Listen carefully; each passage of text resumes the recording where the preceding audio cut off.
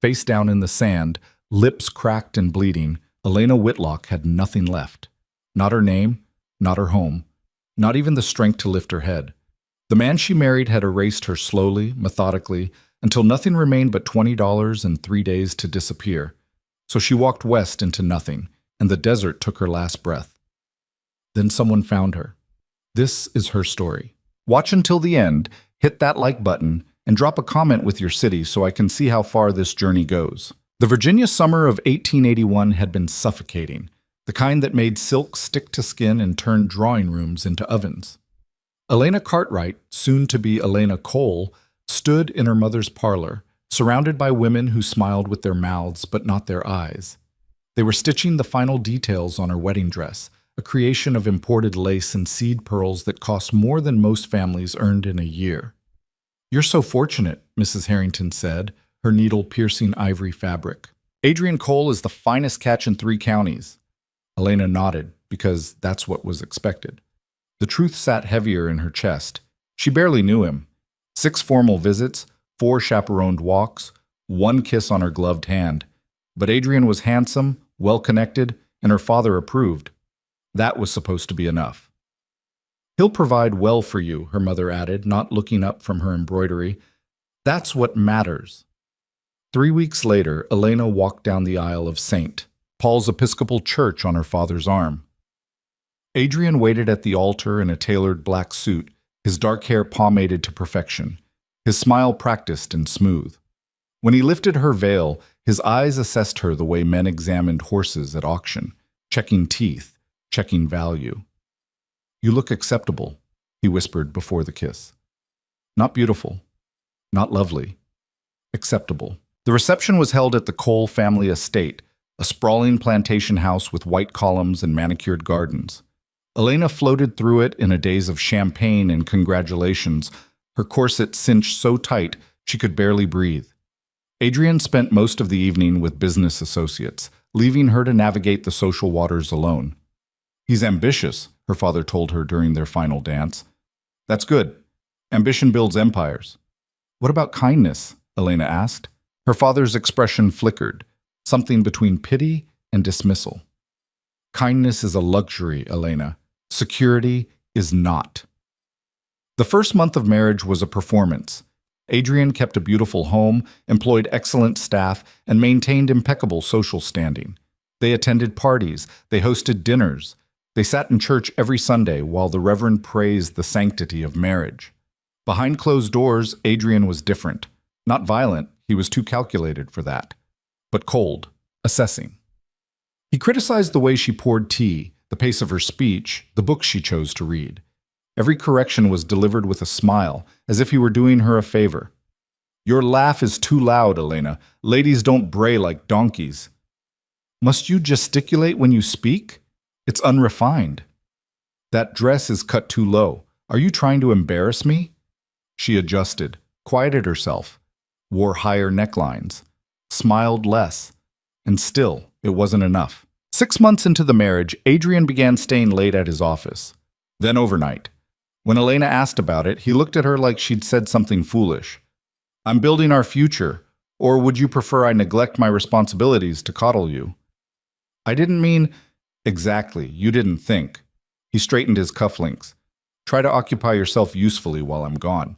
The garden needs attention." So Elena gardened. She also read, wrote letters to old friends, and tried to find purpose in managing a household that ran itself. The staff was efficient and distant. They took orders from Adrian, not her. When she suggested changes, a new menu, different curtains, they smiled politely and did nothing. "Mr. Cole prefers things as they are, ma'am," the housekeeper said. The isolation crept in slowly. Invitations to tea became less frequent. Friends stopped calling.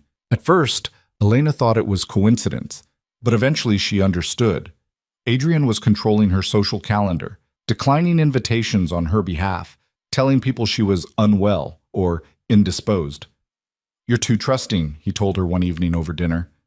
"Some of those women only want access to our connections. I'm protecting you." From what? From being used. But the real shift came a year into the marriage when Adrian hired a new secretary. Her name was Caroline Winters, 22, blonde, doe-eyed, and eager to please. She started appearing at the house for business meetings that stretched late into the evening. Elena noticed the way Adrian looked at her, the way his voice softened, the way he laughed at things that weren't funny. "She's very efficient," he said when Elena mentioned it. "She's very young." Adrian's smile turned sharp. "Are you jealous, Elena? How unbecoming." "I'm concerned." "About what? That I might prefer someone who doesn't question every decision I make?" He set down his fork with deliberate precision. "Perhaps if you were more pleasant company, I wouldn't need to seek conversation elsewhere." The words landed like a slap. Elena stared at her plate, pulse hammering in her throat. "I'm going to my study," Adrian said, standing. "Try not to wait up. I know how emotional you get when you're tired." She wasn't emotional, she was angry. But anger wasn't allowed. Not for women, not in that house, not in that life. The second year was worse. Caroline became a fixture. She attended social events with Adrian as a professional courtesy, while Elena was left home with headaches or mysterious ailments that Adrian diagnosed for her. "You're not well enough for the theater tonight," he'd say, his hand on her shoulder like a trap. "Rest. I'll send your regrets." The staff began treating Elena like a ghost. They set one place at the dinner table. They stopped asking her preferences. Once she found her personal letters opened and read, the seals broken. "I have a right to know who you're corresponding with," Adrian said when confronted. "You're my wife. You have no private affairs." "Those were letters to my father." "Who fills your head with sentimental nonsense? He coddles you, Elena. It's made you weak." Her father was dying. Consumption, the doctor said. But Adrian refused to let her visit. "He has nurses. He doesn't need you hovering and weeping." Adrian adjusted his tie in the mirror. "Besides, travel is expensive, and your father's estate is already a drain. We're not a charity." "He's my father, and you're my wife. Your duty is here." When the telegram came 6 months later, her father was gone. Elena locked herself in her bedroom and wept until her throat ached. Adrian didn't knock, didn't offer condolences. When she emerged the next morning, red-eyed and hollow, he glanced up from his newspaper with mild irritation. "I trust you've composed yourself. We have the Harrisons for dinner tonight."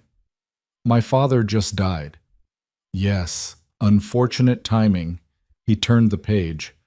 "Wear the blue dress. It's more flattering than black." Something inside Elena cracked that day. Not loudly, but deeply, like ice fracturing under weight. She wore the blue dress. She smiled at the Harrisons. She poured wine and made polite conversation while her father's body was prepared for burial 200 miles away. And when Caroline Winters arrived late to the dinner, flushed, breathless, her hair slightly mussed, Elena watched Adrian's hand brush hers as he pulled out her chair. No one else seemed to notice. Or maybe they did, and simply didn't care. After dinner, Elena excused herself early. She went to her father's last letter, the one that had arrived a week before his death, and read it again by candlelight. "My dearest Elena, I fear I have failed you. I thought security would bring happiness, but I see now that I traded your spirit for comfort. If you are unhappy, you do not have to stay. There is no shame in choosing yourself. You are stronger than you know. With all my love, Father." She folded the letter carefully and placed it in her drawer beneath her mother's old jewelry. Then she went to bed alone.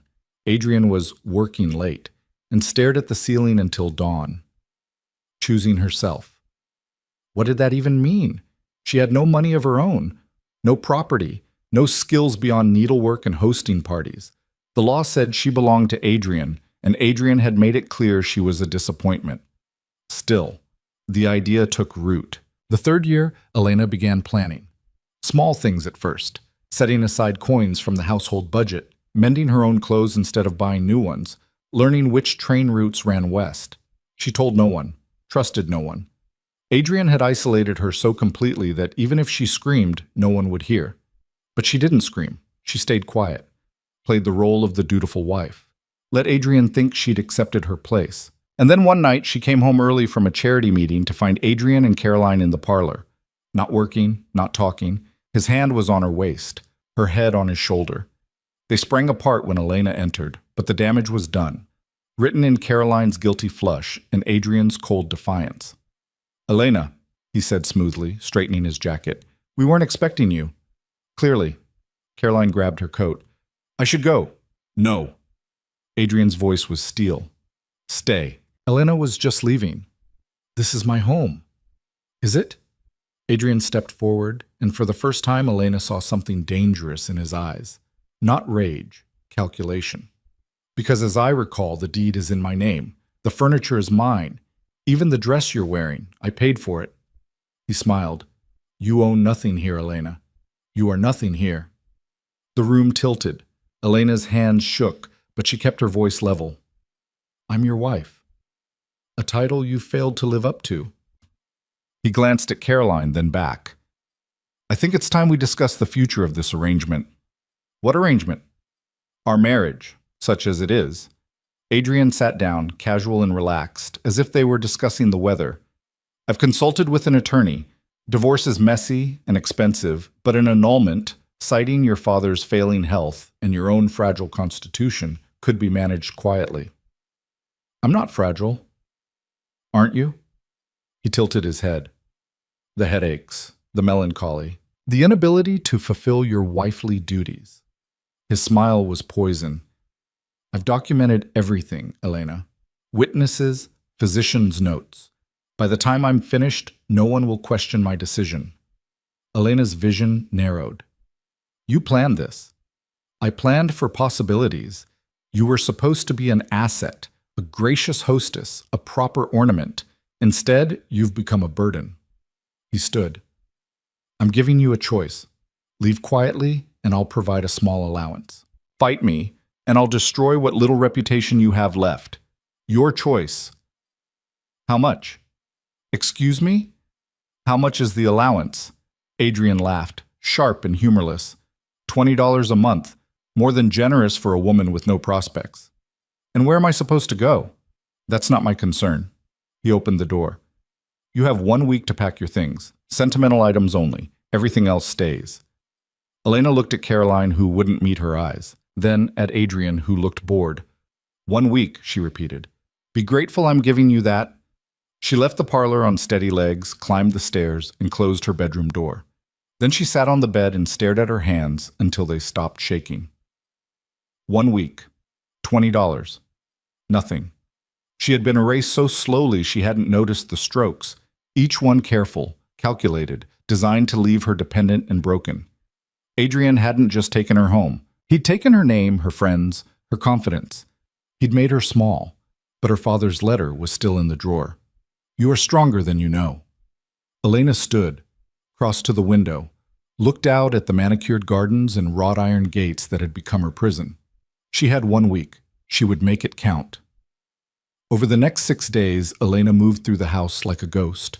She packed her mother's jewelry, her father's letters, 2 dresses, and a pair of sturdy boots. She took nothing Adrian had given her, not the gowns, not the pearls, not even the wedding ring. She left it on his desk with a note. Keep it. You paid for it.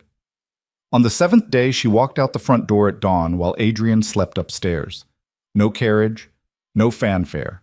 Just Elena and a carpet bag and $20 stitched into her hem. The streets of Richmond were empty and cold. She walked to the train station, bought a ticket west, as far as the money would take her, and boarded without looking back. The conductor checked her ticket. Kansas City, long journey for a lady alone. Yes, Elena said quietly. It is.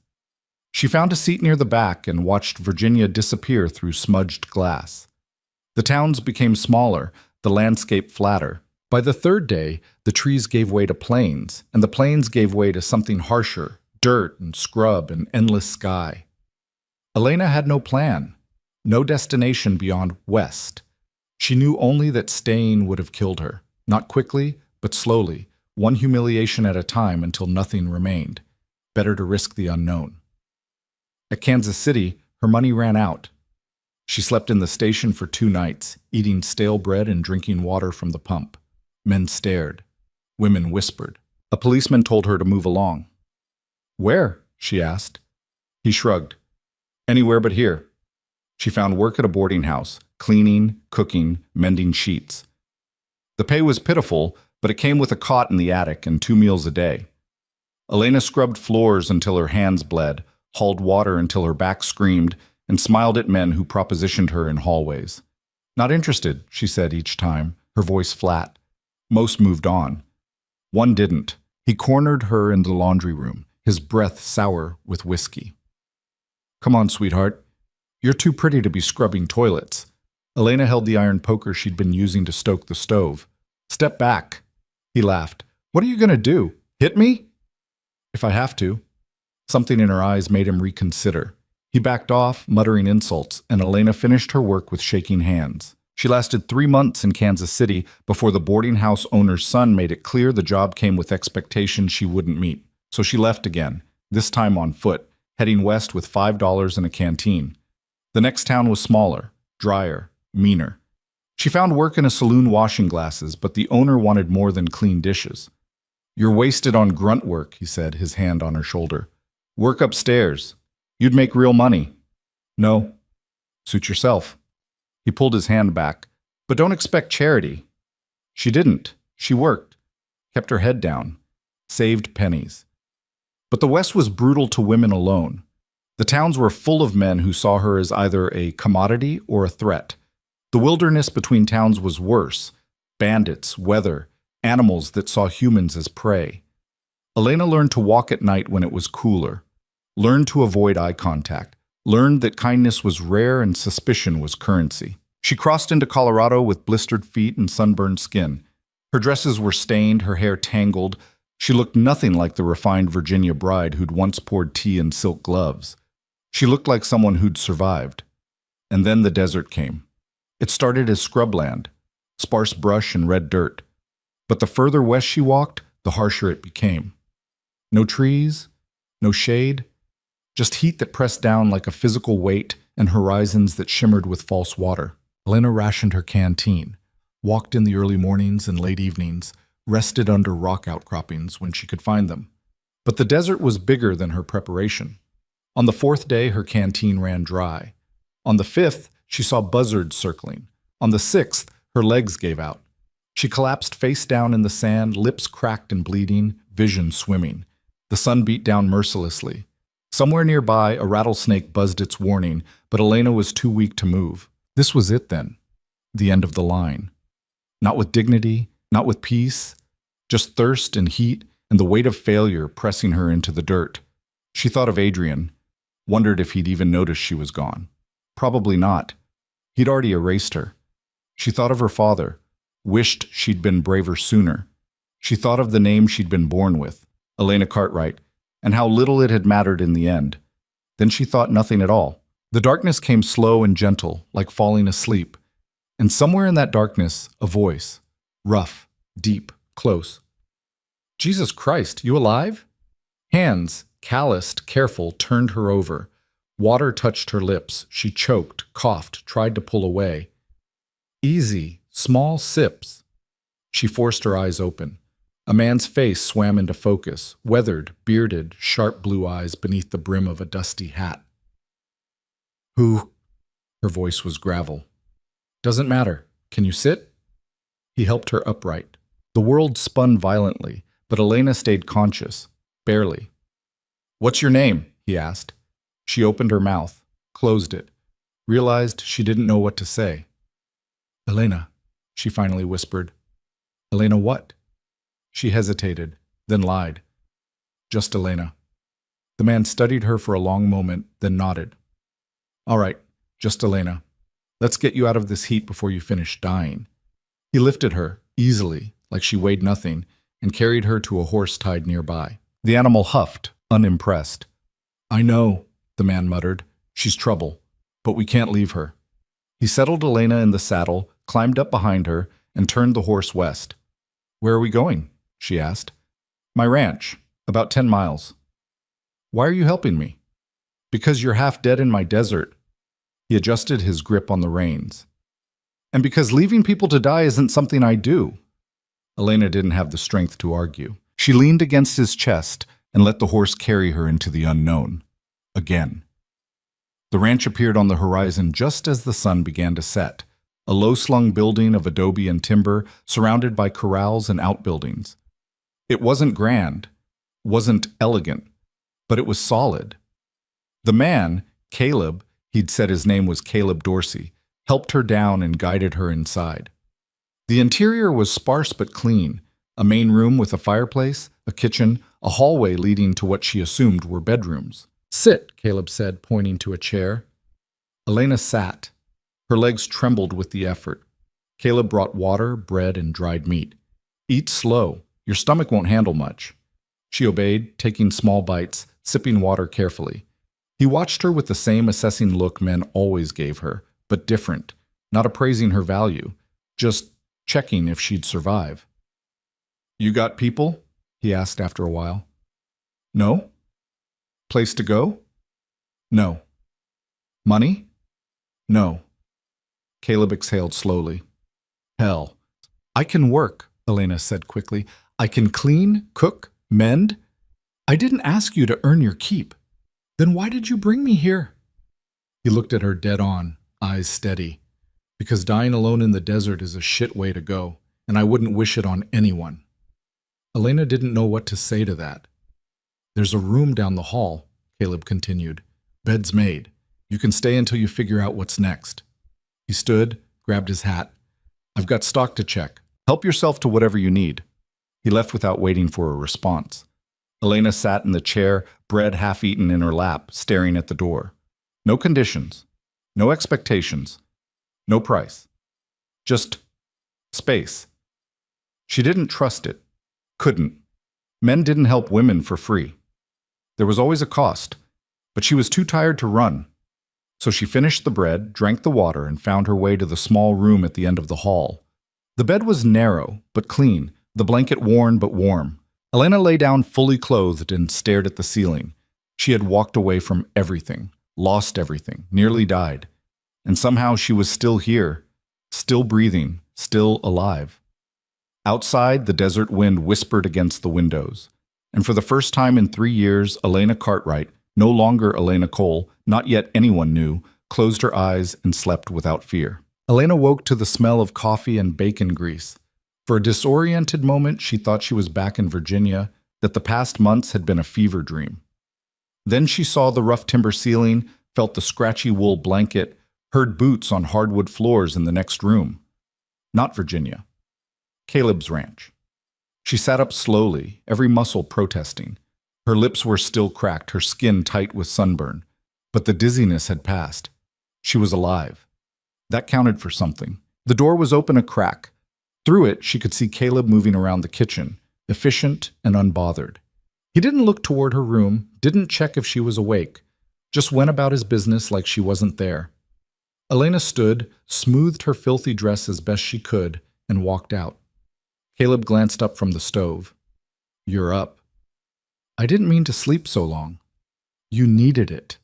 He gestured to the table. "Sit. Food's almost ready." She sat, folding her hands in her lap. The kitchen was small but functional. Cast iron stove, wooden counters worn smooth with use, shelves lined with mismatched dishes. No decoration, no frills, just what was needed to survive. Caleb set a plate in front of her. Eggs, bacon, thick slices of bread, more food than she'd seen in weeks. "I can't pay you for this," Elena said quietly. "Didn't ask you to." He poured coffee into 2 tin cups. "Eat before it gets cold." She ate slowly, trying not to seem desperate, even though she was. The food was simple but good. Salt and fat and substance. Her stomach cramped halfway through, overwhelmed, but she kept going. Caleb sat across from her, drinking coffee and staring out the window at the flat horizon. He didn't make conversation, didn't ask questions. The silence stretched between them, not uncomfortable, just present. Finally, Elena couldn't stand it. "Why are you doing this?" "Told you already. You don't know me. I could be anyone." He looked at her then, those sharp blue eyes assessing without judgment. "Could be, but you're not dangerous and you're not stupid. That's enough." "How do you know I'm not dangerous?" "Dangerous people don't collapse in the desert half dead. They're smarter than that." He set down his cup. "You ran from something. Don't much care what. That's your business." Elena's throat tightened. "And when I've recovered, then what?" "Then you decide what's next. Stay, go, whatever." He stood, carried his plate to the wash basin. Got work to do. You're welcome to rest or wander. Just don't go far. Desert'll kill you if you're not careful. He left through the back door, hat in hand, and Elena was alone again. She finished her breakfast in silence, washed the dishes because it felt wrong not to, then stood in the middle of the kitchen trying to figure out what to do with herself. Rest, Caleb had said. But she'd spent 3 years resting, being ornamental, being useless, being erased. The thought of sitting idle made her skin crawl. So she explored. The ranch wasn't large. The main house, a barn, 2 corrals with a handful of horses and cattle, a chicken coop, a well. Everything built for function, nothing wasted. She found a vegetable garden out back, scraggly tomatoes and squash struggling in the hard soil. The fence was falling apart in places, the weeds thick. Elena crouched down, pulled a few weeds, then a few more. Her hands remembered the work. The feel of dirt under her nails, the satisfaction of clearing space for things to grow. She worked until her back ached, until sweat soaked through her dress. When she finally stopped, the garden looked marginally better. Not good, but better. Caleb found her there an hour later, covered in dust and breathing hard. Didn't have to do that, he said. I know. He looked at the cleared patch, the pile of weeds. Appreciate it, though. That was all. No effusive thanks. No performative gratitude. Just acknowledgement. Elena nodded and went inside to wash up. The days settled into a rhythm. Caleb worked the ranch, fixing fences, tending stock, riding out to check water sources. Elena cleaned, cooked, mended what needed mending. They ate meals together in silence, spoke only when necessary, existed in parallel without collision. It was strange, peaceful, almost. But Elena kept waiting for the other shoe to drop. Men didn't just let women stay out of kindness. There was always a price, always expectations. But days turned into a week, then 2, and Caleb never asked for anything beyond basic coexistence. He slept in his room, she slept in hers. He didn't comment on her appearance, didn't watch her the way men usually did, didn't make suggestions about how she could be more useful. It unsettled her more than cruelty would have. One evening, as they sat on the porch watching the sun drop below the horizon, Elena finally asked, "Don't you want to know who I am?" Caleb took a long pull from his whiskey. "Figure you'll tell me if you want to." Most people would ask. I'm not most people. Clearly. She wrapped her arms around her knees. What if I'm a criminal? Are you? No? Then it doesn't matter. He tipped his hat back. People come west to disappear. I'm not in the business of dragging their past into the light. Why not? Because mine's back there too. Elena looked at him, really looked. The weathered face, the scars on his hands, the way he carried himself like a man used to being alone. What did you run from? Same thing you did, I imagine. A life that didn't fit. He finished his whiskey, stood. I'm turning in. Lock up if you stay out here. He left her with the darkness and the stars and more questions than answers. The next morning, a woman appeared at the ranch. Elena saw her coming from the kitchen window, riding a sturdy mare, posture straight, dressed practical but clean. She was older, maybe 50, with gray-streaked brown hair pulled into a tight bun. Caleb met her outside. They spoke briefly, too quiet for Elena to hear, then both looked toward the house. Elena stepped back from the window, pulse quickening. A knock. Elena, there's someone here to meet you. She smoothed her dress, one of 2 she owned now, both worn thin, and stepped outside. The woman assessed her with sharp eyes. I'm Margaret Fletcher. I run the schoolhouse in town. Town? Elena hadn't realized there was one nearby. 7 miles east, Cedar Bluff. Margaret dismounted, brushed dust from her skirt. Caleb mentioned you're literate. Yes. Can you do sums? Basic arithmetic, yes.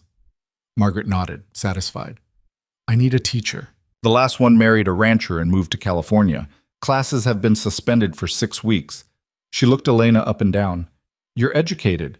That's obvious from the way you speak. And you're here, which means you need work. Am I wrong? Elena glanced at Caleb, who was studiously examining his horse's hoof. I've never taught before, Elena said carefully. Neither had the last teacher when she started. You can read, write, and cipher. That puts you ahead of most of the children. Margaret's expression softened slightly. It's not charity. The pay's modest. Room, board, and $12 a month. But it's honest work. $12. More than Adrian had offered her. Where would I stay? The schoolhouse has a small room in back. It's yours if you take the position. Margaret waited, patient. The town could use someone like you, someone who knows what it means to start over. Elena's breath caught. How do you... I don't know your story. Don't need to. Margaret climbed back onto her horse. But I recognize the look. We all came here from somewhere else, running from or toward something. Doesn't matter which. She gathered the reins. Classes start Monday. You coming or not? Elena looked at Caleb again. He met her eyes, shrugged slightly. Your choice. I'll come, Elena heard herself say. Good. I'll have the room ready. Margaret turned her horse. Caleb knows the way. He can bring you Sunday afternoon. She rode off without waiting for confirmation, dust rising in her wake. Elena stood there, heart hammering. A job, a real job, not scrubbing floors or pouring tea or being decorative. Teaching. You don't have to, Caleb said quietly. I know. Could stay here longer if you need to. I know that too. She turned to face him. But I should try. He nodded once. Sunday then. The next few days, Elena prepared. She had no teaching materials, no experience, no credentials. But she had books, the few she'd carried from Virginia, and she had determination. Caleb watched her practice lessons aloud, reciting multiplication tables to the chickens, explaining grammar to the horses. He never laughed, never commented. Just let her be. On Sunday, he saddled 2 horses. You ride? He asked. Not well. Good enough. He helped her up, adjusted the stirrups. Town's an hour east. Stay close. They rode in silence through scrubland and rocky terrain. The sun beat down relentlessly, but Elena was getting used to it. The heat, the emptiness, the way the land stretched on forever without apology. Cedar Bluff appeared gradually. First a few scattered buildings, then a dirt main street lined with storefronts. General store, saloon, blacksmith, feed shop. The schoolhouse sat at the far end, a simple whitewashed building with a bell tower and a fenced yard. People stared as they rode past. A woman living on Caleb Dorsey's ranch was apparently news worth noting. Margaret was waiting outside the schoolhouse. Good. You're punctual. She helped Elena dismount, then gestured toward the building. 16 students, ages 6 to 14. Most can barely read. Some can't at all. You'll have your work cut out for you. She led Elena inside. The room was sparse. Wooden benches, a blackboard, a desk at the front, shelves lined with worn textbooks. Sunlight streamed through tall windows, illuminating dust motes. Room's back here. Margaret opened a door to reveal a tiny space with a cot, a washstand, and a trunk. Not much, but it's private. It was more than Elena had expected, more than she'd had in months. The town council will want to meet you, Margaret continued. Tuesday evening, just a formality. They'll ask questions. Make sure you're suitable. And if they decide I'm not, then I'll tell them they're idiots and hire you anyway. Margaret's smile was brief but genuine. I've been fighting this town for 20 years. A few more battles won't kill me. Caleb appeared in the doorway, Elena's bag in hand. He set it down without a word. Thank you, Elena said, for everything. You need anything, you know where I am. He tipped his hat to Margaret. Ma'am. Then he was gone. Boots echoing on the wooden floor, leaving Elena standing in her new life. Margaret clasped her hands. Classes start at 8, finish at 3. You'll teach reading, writing, arithmetic, and basic history. Any questions? Hundreds. Good. Means you're thinking. Margaret headed for the door. Get settled. I'll check in tomorrow. Elena stood alone in the empty schoolhouse, listening to the silence. It was different from the silence at Caleb's ranch, heavier, weighted with expectation. She unpacked her meager belongings, laid her father's letter on the trunk, stared at the blank blackboard. Then she picked up a piece of chalk and wrote her name. Elena Cartwright, not Cole. Never Cole again. The first day of classes, 16 children filed in with varying degrees of interest. Some looked curious, some looked bored. One boy in the back picked his nose and wiped it on the bench. Elena stood at the front, palms sweating. "Good morning. I'm Miss Cartwright." Silence. A few whispers. "Can anyone tell me why we're here?" A small girl in the front raised her hand. "To learn?" "Exactly, to learn." Elena picked up the chalk. "And what do you want to learn?" A boy called out. "When can we go home?" Scattered laughter. Elena didn't flinch. "When you can spell arithmetic correctly." The laughter died. The boy scowled. She wrote the word on the board. "Let's start there." It was chaos. The older boys tested her, talking over lessons, throwing paper. The younger children cried when they didn't understand. One girl refused to speak at all, just stared at her hands. By lunchtime, Elena's voice was hoarse and her head pounded, but she didn't quit. She spent the afternoon teaching them a song to remember the alphabet, turned multiplication into a game, sat beside the silent girl and waited until she finally whispered an answer. When 3 o'clock came, the children scattered like startled birds. Elena slumped at her desk, exhausted. Margaret appeared in the doorway. "Survived your first day?" "Barely." "That's how it goes." She handed Elena a tin of tea. "Gets easier, or you get tougher. Hard to say which." "They don't respect me." "They don't know you yet. Give it time." Margaret sat on one of the benches. "The town council wants to see you tomorrow night, 6 o'clock. Wear something clean if you have it." Elena had one dress that wasn't stained. What will they ask? Where you're from, why you're here, whether you'll corrupt their children. Margaret's tone was dry. Answer honestly but vaguely. They don't need your life story. And if they don't approve? Then they can teach the damn children themselves. Margaret stood. "You'll be fine. You've got spine. I can tell." Elena wasn't sure she believed that, but she nodded anyway. The town council met in the back room of the saloon, 4 men and 2 women, seated around a table like judges. Elena stood before them, hands clasped, trying not to fidget. "Miss Cartwright," the eldest man began. He had a thick mustache and cold eyes. "We appreciate your willingness to teach, but we have concerns." "Such as?" "You're living on Caleb Dorsey's ranch." "I was. I'm living at the schoolhouse now." "But you stayed with him, alone, unchaperoned." He leaned forward. "That raises questions about your character." Elena's jaw tightened. "I was dying in the desert. He saved my life. There was nothing improper about it." "Can you prove that? Can you prove otherwise?" One of the women hid a smile. The man's face reddened. "We're simply ensuring our children are taught by someone of moral standing." "Then ask Margaret Fletcher. She hired me. Or ask your children after a few weeks whether I'm teaching them anything useful." Elena forced herself to stay calm. "I'm qualified, I'm willing to work, and I need this position. If that's not enough, then find someone else." The room went quiet. Finally, one of the women spoke. "I think she'll do fine, Henry.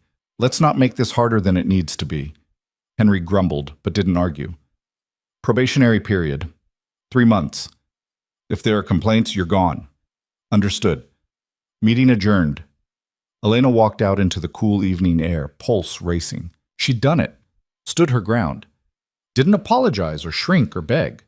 It felt strange. Good, but strange. She walked back to the schoolhouse, lit a candle, and sat on the edge of the cot. Through the window, she could see the town settling in for the night. Lights in windows, smoke from chimneys, the low hum of conversation from the saloon. She wasn't part of it yet, but she wasn't invisible either. The weeks passed. Elena taught, struggled, adapted. The children tested her less. Some even started participating. The silent girl, her name was Alice, began raising her hand. The nose-picking boy learned to read 3-letter words. It wasn't perfect. Elena made mistakes, lost her temper, doubted herself daily, but she kept showing up. The town noticed. Women nodded to her in the street. The general store owner gave her credit when she needed supplies. Even Henry from the council tipped his hat once, grudgingly. But there were whispers too, about her living alone, about Caleb, about where she'd come from and why. Elena ignored them. She'd learned in Virginia that gossip thrived on reaction. Starve it, and it eventually moved on. On Saturdays, Caleb rode into town for supplies. He'd stop by the schoolhouse, check the roof, fix the loose step, make sure the stove was working. You don't have to keep doing this, Elena said one afternoon as he replaced a broken window pane. I know. Then why? He paused, considering. Because you're doing something that matters. Least I can do is make sure the building doesn't fall apart around you. It's just teaching. No, it's not. He wiped his hands on his pants. It's giving those kids a chance at something better. That's not small. Elena didn't know what to say to that. Caleb finished the window, gathered his tools. You need anything else? No, thank you. He nodded and left, and Elena stood there wondering when his presence had started feeling less like obligation and more like something else. Winter came early that year. The first snow fell in late October, dusting the desert in white that melted by noon. Elena kept the schoolhouse warm with the potbelly stove, teaching children in coats and mittens. One evening, Margaret invited her to supper. Her house was small but cozy, filled with books and mismatched furniture. You've done well, Margaret said over stew. The children are learning. Parents are pleased, even the skeptical ones. I'm still figuring it out. We all are. Every day. Margaret refilled Elena's cup. Can I ask you something? Of course. What happened before you came here? Elena set down her spoon. Why does it matter? It doesn't, but you carry it like weight. Might help to set it down. Elena stared into her tea. Then slowly she told her. Not everything, but enough. The marriage, the erasure, the cruelty disguised as correction, the way Adrian had made her small. Margaret listened without interrupting. And now? She asked when Elena finished. Now I'm here. Running or building? Elena considered. Both, maybe. That's honest, Margaret smiled. For what it's worth, you're doing better than you think. That night, Elena lay in her cot and thought about her father's letter. About strength. About choosing herself. She was trying. It didn't always feel like enough, but she was trying. And maybe for now, that was all she could ask. December brought bitter cold. The schoolhouse was drafty, the children restless. Elena taught them holiday songs to keep spirits up, let them write letters to families they might never send. On the last day before winter break, Alice approached her desk. Miss Cartwright? Yes, Alice? I wrote something, for you. She handed over a folded paper, then fled before Elena could respond. Elena unfolded it carefully. Inside, in careful script, Thank you for teaching me words. Now I can say what I think. Elena's eyes stung. She folded the letter, tucked it into her father's book, and finished cleaning the classroom. That evening, Caleb arrived with a wagon. What's this? Elena asked. Taking you to the ranch for a few days. Storm's coming. You'll freeze in this building. I can't just... You can argue or you can pack. Either way, you're coming. Elena packed. The ranch felt different in winter. Stark, isolated, beautiful in a harsh way. Caleb kept the fire burning, cooked meals that were heavy and warm, didn't press her for conversation. On the third night, they sat by the fire with coffee. You've changed, Caleb said suddenly. How? Stand taller. Look people in the eye. He stared into the flames. When I found you, you looked like you wanted to disappear. Now you look like you might stay. Is that good? It is if it's what you want. Elena wrapped her hands around her cup. I don't know what I want. I just know I can't go back. Then don't. It's not that simple. It is, though. Caleb looked at her. You get to decide every day. Stay or go. Fight or fold. No one else gets a vote. What if I make the wrong choice? Then you make another one. He set down his cup. That's all life is. A series of choices and consequences. You can't control the consequences, but you can control the choosing. Elena let that sit between them. Outside, snow began to fall, soft and steady, covering everything. Thank you, Elena said quietly, for pulling me out of the desert, for not asking questions, for this. You don't owe me gratitude.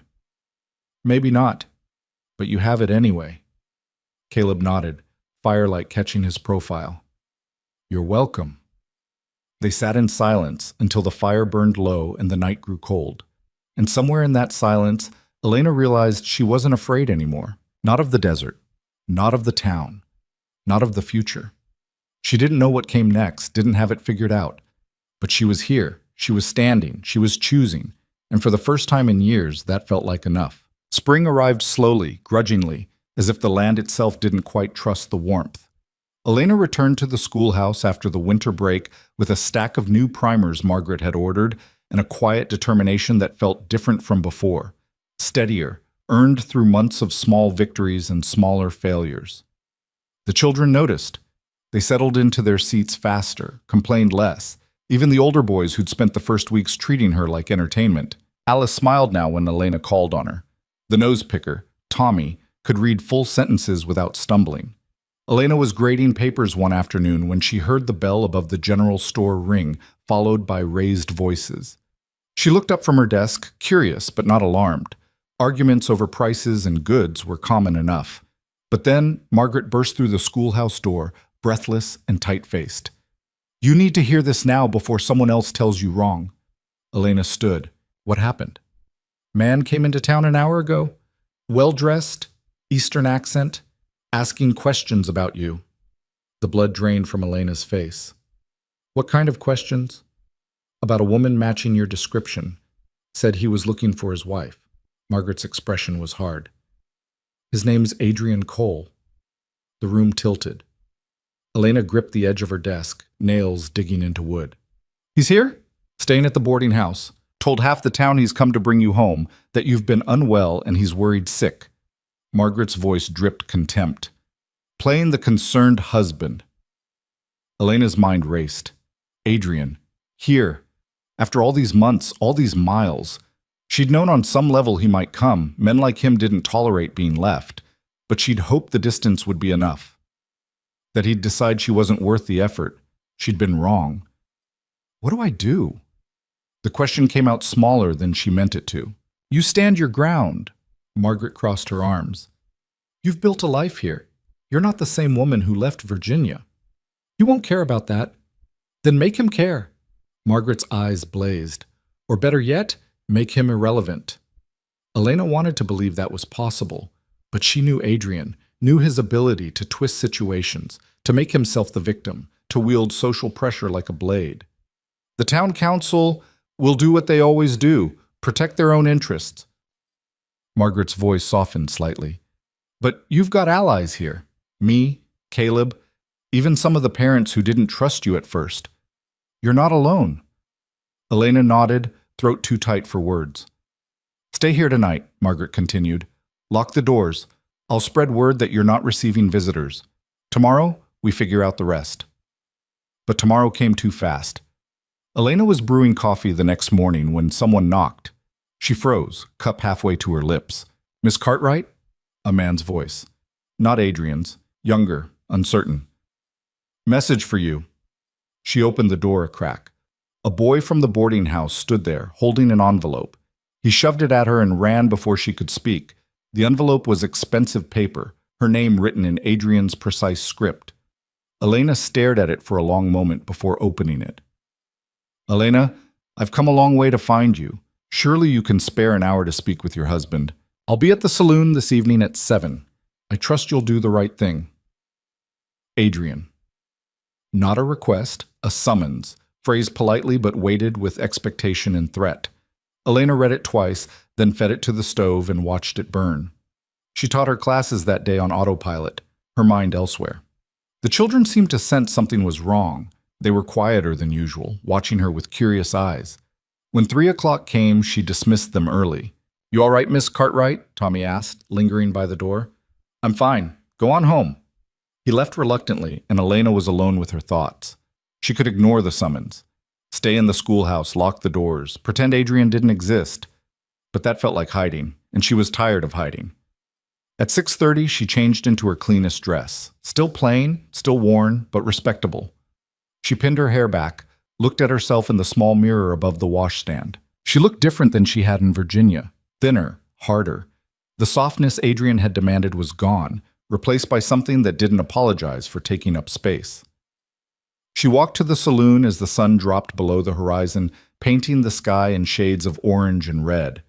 People watched from windows, whispered on porches. The whole town knew by now. The saloon was half full when she entered. Ranch hands playing cards, a few men drinking at the bar. Conversations died when she walked in. Everyone stared. Adrian sat at a corner table looking exactly as she remembered. Tailored suit, groomed hair, expression of mild disappointment, as if she'd shown up late to tea. He stood when he saw her. "Elena, thank you for coming." She didn't sit. "What do you want?" "To talk. Is that so unreasonable?" He gestured to the empty chair. "Please." Elena remained standing. "You said your piece in your letter. I'm here. Now talk." Adrian's smile thinned. "You're angry. I understand, but this public display is beneath you." "I don't care what's beneath me anymore." Clearly. His gaze traveled over her worn dress, her work-roughened hands. "Look at yourself, Elena. Is this really better than the life I gave you?" "The life you gave me was a cage." "It was security, comfort, respect." He leaned forward. "And you threw it away to scrub floors in the middle of nowhere." "I teach children. I earn my own money. I make my own choices." Elena's voice stayed level. "That's worth more than anything you ever gave me." Adrian laughed, that same sharp, dismissive sound she remembered. "You think you're independent? You're living in a schoolhouse barely fit for animals, taking charity from strangers." "It's not charity. I work for it." "You're deluding yourself." He stood, stepped closer. The saloon had gone completely silent. "I know about the rancher, Caleb Dorsey. The whole town's talking about it, how you lived alone with him, unchaperoned. Do you have any idea what that's done to your reputation?" "My reputation here is mine to manage." "Is it? Because from where I stand, you've humiliated yourself and dragged my name through the mud in the process." Adrian's voice hardened. "I came here to give you a chance to fix this, to come home, to restore our marriage." "There's nothing to restore. You ended it when you replaced me with Caroline." His jaw tightened. "Caroline is my secretary. Nothing more." "Don't lie to me. Not now." Elena's hands curled into fists. "I saw you together. Heard you dismiss me like I was luggage you'd grown tired of carrying. You gave me $20 and told me to disappear. Because you were becoming hysterical, unreasonable. I was grieving my father. You were wallowing." Adrian's mask cracked slightly, showing the contempt beneath. "You stopped being useful, Elena. Stopped being pleasant. What was I supposed to do? Watch you drag us both down?" There it was. The truth he'd always hidden behind civility. "So you erased me," Elena said quietly. "Told everyone I was unwell. Took my friends, my home, my name. Made me small enough to discard. I gave you opportunities to be better. You refused them. No, you gave me conditions for existing, and when I couldn't meet them, you threw me away." Elena stepped closer, meeting his eyes. "But I'm still here, still standing. And you can't stand that, can you?" Adrian's expression turned cold. "You think this little frontier town will protect you? I've already spoken to the town council. They're very concerned about your moral character, about the example you're setting for children. Let them be concerned. They can remove you from your position, and they will, once I provide testimony about your instability, your abandonment of marital duties." My what? My refusal to disappear quietly?" Elena's voice rose. "You want me silent and ashamed. You want me to believe I'm nothing without you." "You are nothing without me." The words hung in the air like a challenge. Elena reached into her pocket and pulled out two things. She placed them on the table between them with deliberate care. The first was a piece of paper, her birth certificate, creased and worn, the name Elena Cartwright written in faded ink. The second was the wedding ring he'd given her, the one she'd left on his desk in Virginia, the one he'd apparently brought with him. "This," she said, pointing to the certificate, "is who I was before you, who I am now, Elena Cartwright, not Cole, never Cole again. You can't just... And this," she continued, pointing to the ring, "is yours. It always was. You bought it, you controlled it, you used it to claim ownership." She pushed it toward him. "I don't want it. I don't want anything that came from you." Adrian stared at the ring, then at her. "You're making a mistake." "No, marrying you was the mistake. This is me fixing it. I won't let you humiliate me like this. You're doing that yourself. Elena's voice was steady now, clear. You came here to drag me back because you can't stand that I left, that I survived without you, that I'm better off. Better off? Adrian's laugh was brittle. Look around, Elena. You're teaching brats in a broken-down schoolhouse for pennies. You're alone. You have nothing. I have myself. That's more than I had with you. The saloon was so quiet, Elena could hear her own heartbeat. Adrian's face twisted. If you don't come back with me, I'll make sure everyone knows what you are. A disobedient wife, an adulteress. I've never been unfaithful. Does the truth matter? I'll say you were. I'll say you ran off with the rancher. I'll say whatever I need to say to ruin you. Go ahead. Elena didn't flinch. Ruin me. Tell your lies. See who believes you. They will. I'm a respected businessman. You're nobody. Maybe, but I'd rather be nobody than be yours. The words landed like a physical blow. Adrian's hand shot out, gripping her wrist. You don't get to walk away from me. Elena looked down at his hand, then back at his face. Let go. Or what? She removed his hand herself, prying his fingers off one by one, calm and deliberate. Or I'll make you wish you'd never found me. Adrian stumbled back, shock flickering across his face. In 3 years of marriage, Elena had never challenged him physically, never stood her ground. You've changed, he said, and it sounded like an accusation. Yes, I have. I don't know you anymore. Good. Because the woman you knew doesn't exist. You killed her. Elena picked up her birth certificate, left the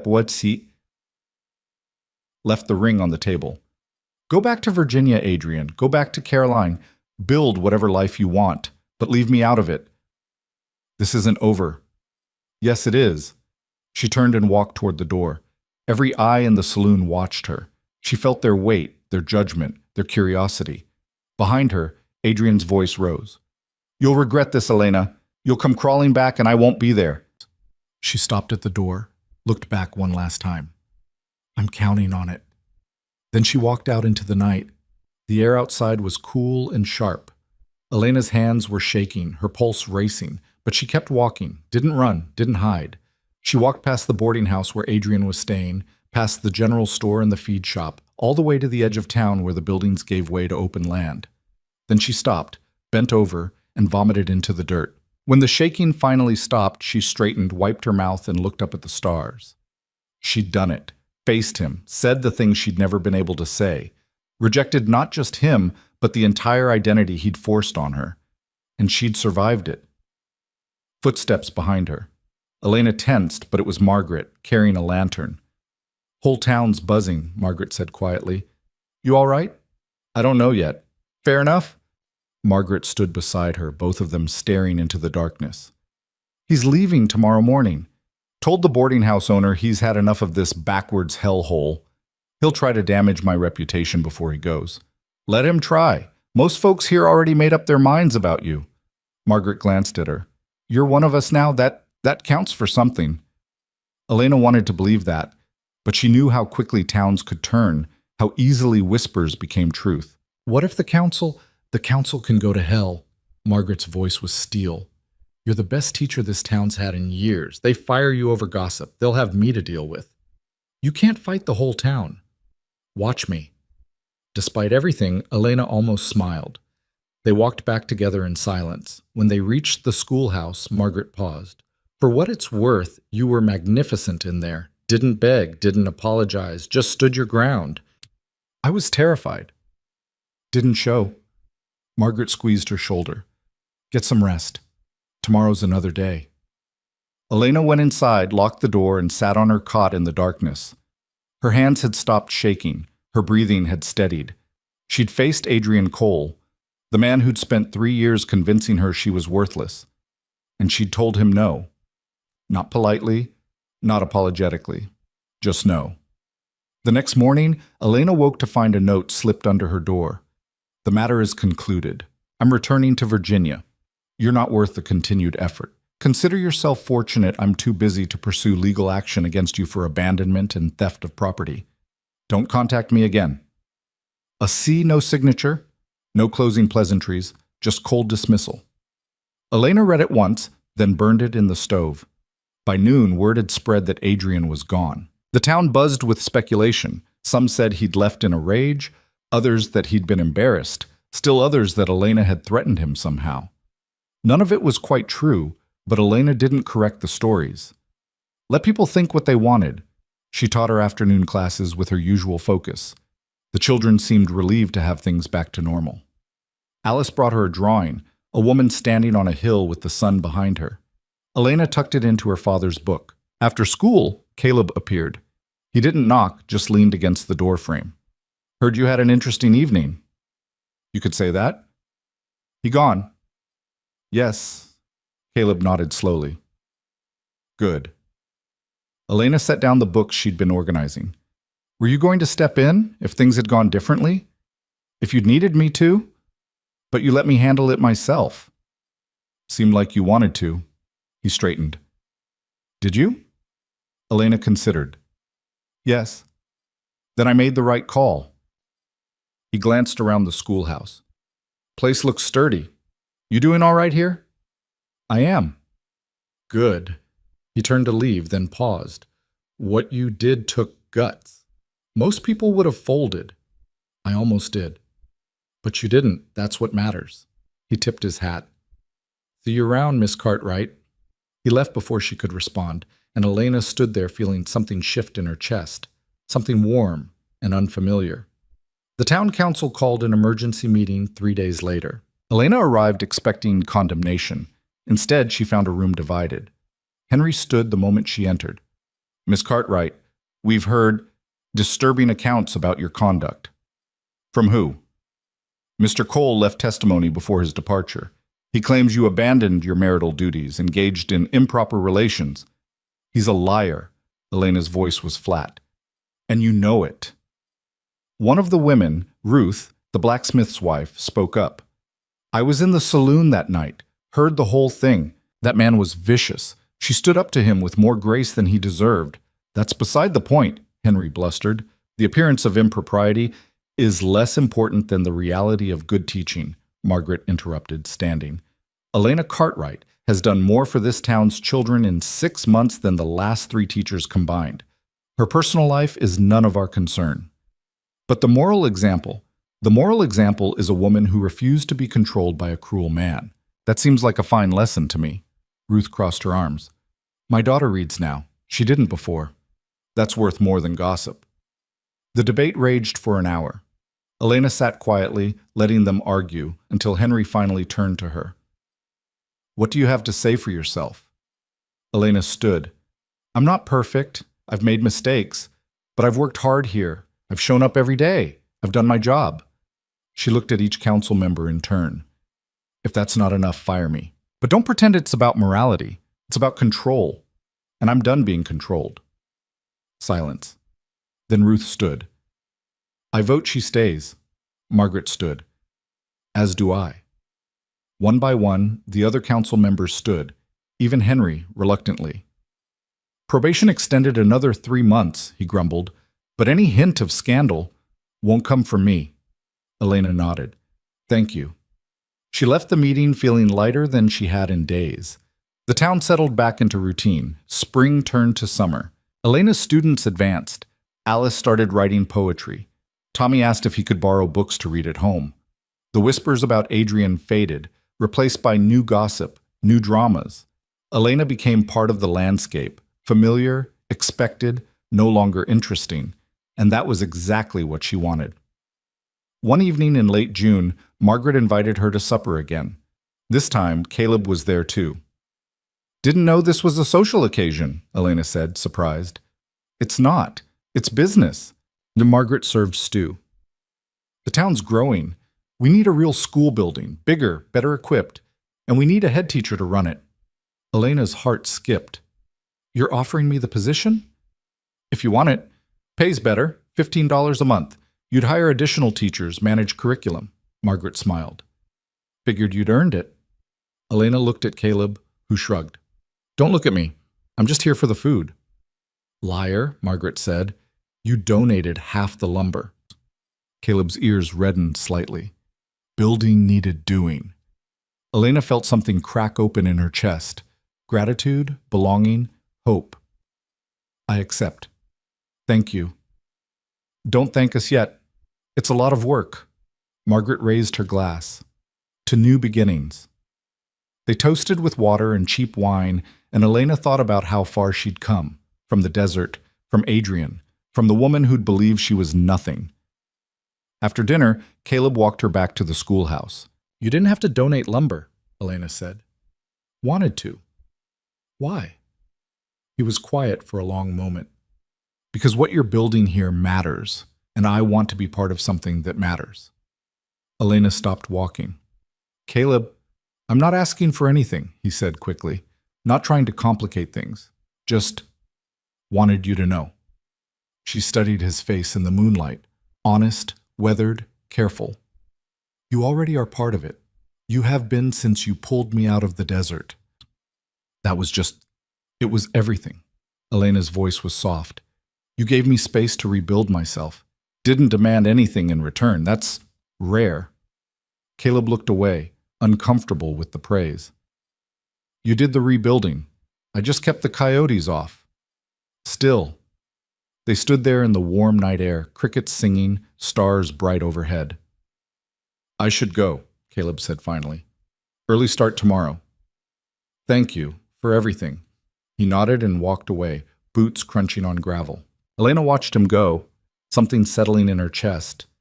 Not love, not yet, but the possibility of it, the foundation. She went inside, lit a candle, and pulled out her father's letter one more time. You are stronger than you know. She'd proven that now. To Adrian, to the town, to herself. The past was finished. Adrian was gone. The name Cole was buried.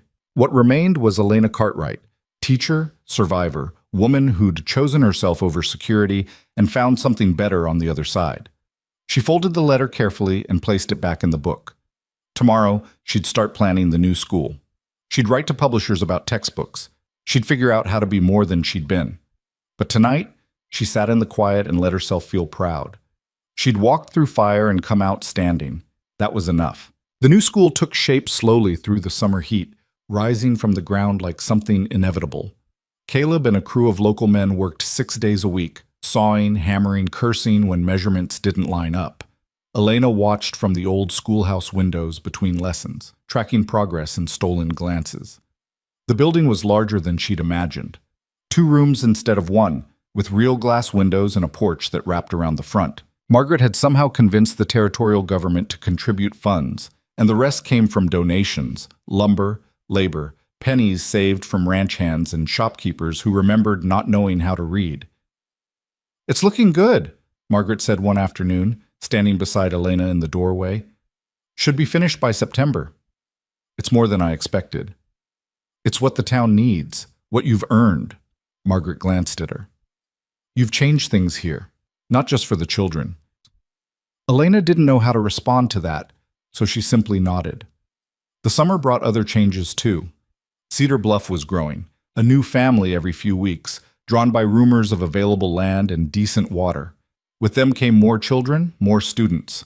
Elena's current classroom was packed to bursting, students sitting on the floor during lessons. We're going to need that second room sooner than later, she told Margaret, and a second teacher. You have anyone in mind? Elena thought of Alice, now 14, sharp as a tack, patient with the younger children. Maybe. Let me think on it. That evening, she walked to Caleb's ranch. She hadn't been back since winter, hadn't wanted to give the gossips more fuel.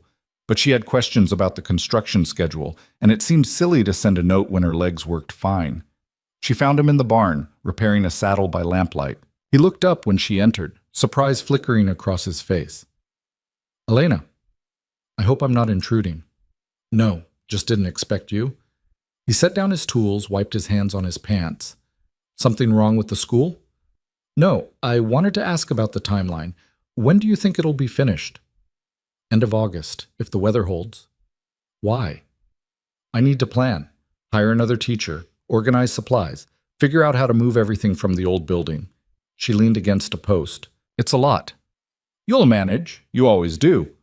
Caleb picked up a piece of leather, examined it. You want help with any of it? You've already done enough. Didn't ask if I'd done enough. Asked if you wanted help. Elena studied him in the dim light, the way he kept his hands busy, his eyes on his work instead of her. Like he was giving her space to refuse without pressure. Yes, she said finally. I'd appreciate that. He nodded once. All right then. They fell into a comfortable silence, broken only by the sound of his knife working the leather. Elena watched him work, noticing things she hadn't before. The careful precision of his movements, the way his brow furrowed when he concentrated. Can I ask you something? Elena said after a while. Sure. Why did you really donate the lumber? And don't say because it needed doing. Caleb's hands stilled. He set down the knife, looked at her directly.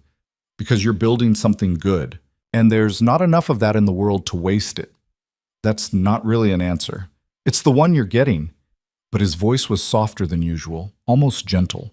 You want coffee? I was about to make some. Please. They moved to the house, to the kitchen where she'd first eaten his food all those months ago. The space felt different now, familiar in a way that had nothing to do with the furniture and everything to do with the man moving through it. Caleb poured coffee into 2 cups, handed her one. How are the children doing? Better than expected. Tommy's reading at a 5th grade level now. Alice is writing stories. Elena wrapped her hands around the warm cup. Sometimes I can't believe they're the same kids who threw paper at me that first day. They just needed someone to believe they could do it. Maybe. Or maybe they needed someone who wouldn't give up on them. Same thing, isn't it? Elena considered that. I suppose it is. They talked about small things after that. The drought, the new families, town politics. Easy conversation that didn't demand anything beyond presence. When Elena finally stood to leave, the sky outside was full dark. I should go before people start talking, she said. They're already talking. Talked the whole time you lived here. Caleb walked her to the door. If you worried about gossip, you'd never do anything. Spoken like someone who doesn't care what people think. I care about what matters. The rest is noise. He opened the door for her. You want me to ride back with you? It's only 7 miles. I'll be fine. Elena. She turned, saw genuine concern in his eyes. All right. Yes. Thank you. They rode in comfortable silence, the desert cool and quiet around them. When they reached the schoolhouse, Caleb dismounted with her. Sleep well, he said. You too. He rode away without looking back, and Elena stood in the dark, feeling something warm and complicated settle in her chest. The next day brought a letter. The postmaster handed it to her after school with a strange expression. This came for you, from Virginia. Elena's stomach dropped. She took the envelope with shaking hands, recognizing the handwriting immediately, not Adrian's, but his lawyer's. She waited until she was alone to open it. Dear Mrs. Cole, I am writing on behalf of Mr. Adrian Cole regarding the dissolution of your marriage. Mr. Cole has agreed to pursue a legal separation rather than the annulment previously discussed, citing irreconcilable differences and abandonment of marital duties on your part. He requires your signature on the enclosed documents. Please note that by signing, you forfeit any claim to property, assets, or alimony. Mr. Cole considers this more than generous given the circumstances of your departure. Please return the signed documents within 30 days. Regards, Harrison Webb, Esquire. Elena read it twice, then looked at the documents. Dense legal language, but the meaning was clear. Adrian wanted to erase the marriage officially, and he wanted her to have nothing. She should have felt relieved. This was freedom, legally recognized. Instead, she felt angry. Not at the divorce, she wanted that, but at the framing, abandonment of marital duties, irreconcilable differences, language that made it seem like she'd failed, like she'd been the problem. Margaret found her an hour later, still staring at the papers. What's wrong? Elena handed her the letter without speaking. Margaret read it, her expression darkening with each line. That son of a bitch. He's giving me what I want. The marriage ended. On his terms, making it look like you're the one who failed. Margaret threw the letter on the desk. Are you going to sign it? I don't know. What do you mean you don't know? This is your freedom. It's freedom with a price. He gets to control the narrative, tell everyone I abandoned him, that I was unfit. Who cares what he tells people in Virginia? You're here now. I care. Elena's voice cracked. I spent 3 years being told I wasn't good enough. Now he wants me to sign a document that says the same thing legally. Margaret sat down heavily. So what do you want to do? I want to fight it. I want to tell the truth. That he was cruel. That he pushed me out. That he replaced me. Elena looked at the papers. But I can't afford a lawyer. Can't even afford to travel back to Virginia for a hearing. Then don't sign it. Make him wait. For what? I have no power here. You have more than you think. Margaret leaned forward. That man traveled across the country to try to drag you back. Failed. Now he wants this finished quickly and quietly. Why? Elena frowned. Because I'm an embarrassment? Because you're a threat. If you contest this, if you make noise, people might start asking questions. Might wonder why a respectable businessman's wife ran away. Margaret's eyes gleamed. You have leverage. Use it. I don't want his money. Then don't take it. But don't let him dictate terms either. Write back. Tell him you'll sign when he agrees to an honest accounting. Abandonment by mutual decision, no fault assigned. He'll never agree to that. Then he doesn't get his clean ending. Margaret stood. You're not powerless anymore, Elena. Stop acting like you are. Elena looked at the papers again, seeing them differently now. Not a trap, but a negotiation. Not a final blow, but an opening. She wrote the letter that night, her hand steady. Mr. Webb, I received your correspondence. I will agree to a legal separation under the following terms. The language must reflect mutual dissolution with no fault or abandonment assigned to either party. I require nothing from Mr. Cole. No property, no assets, no alimony. In return, he requires nothing from me except my agreement to end the marriage honestly. If Mr. Cole finds these terms acceptable, send revised documents and I will sign immediately. If not, I am prepared to wait indefinitely. Elena Cartwright. She signed her birth name deliberately, sent it the next morning, and tried not to think about it. The school construction continued. By mid-August, the roof was on and the windows installed. Elena spent her evenings planning lessons for 2 rooms, trying to figure out how to teach different ages simultaneously with limited resources. Caleb appeared one Saturday with a wagon full of desks. Where did you get these? Elena asked, watching him unload. Made them. Well, me and a few others. Figured you'd need them. The desks were simple but sturdy, sized for different ages. Elena ran her hand over one, feeling the smooth wood. How much do I owe you? Nothing. They're donated. Caleb, consider it rent. You let me help with something worthwhile. That's payment enough. He carried a desk inside, set it in position. Where do you want the rest?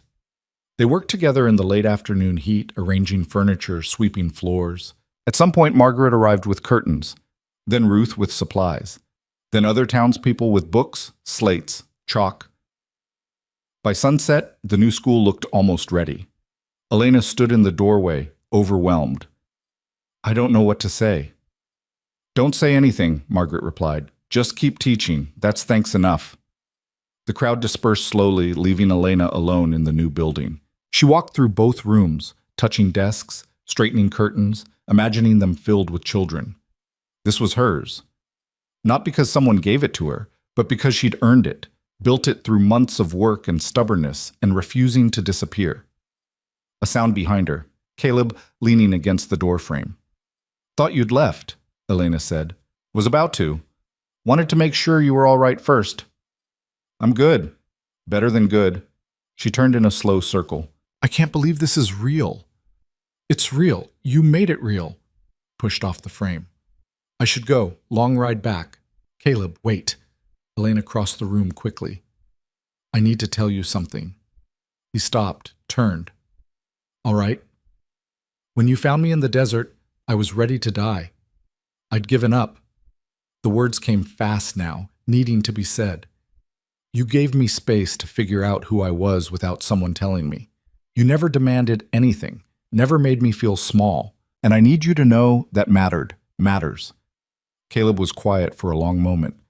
You would have figured it out eventually, with or without me.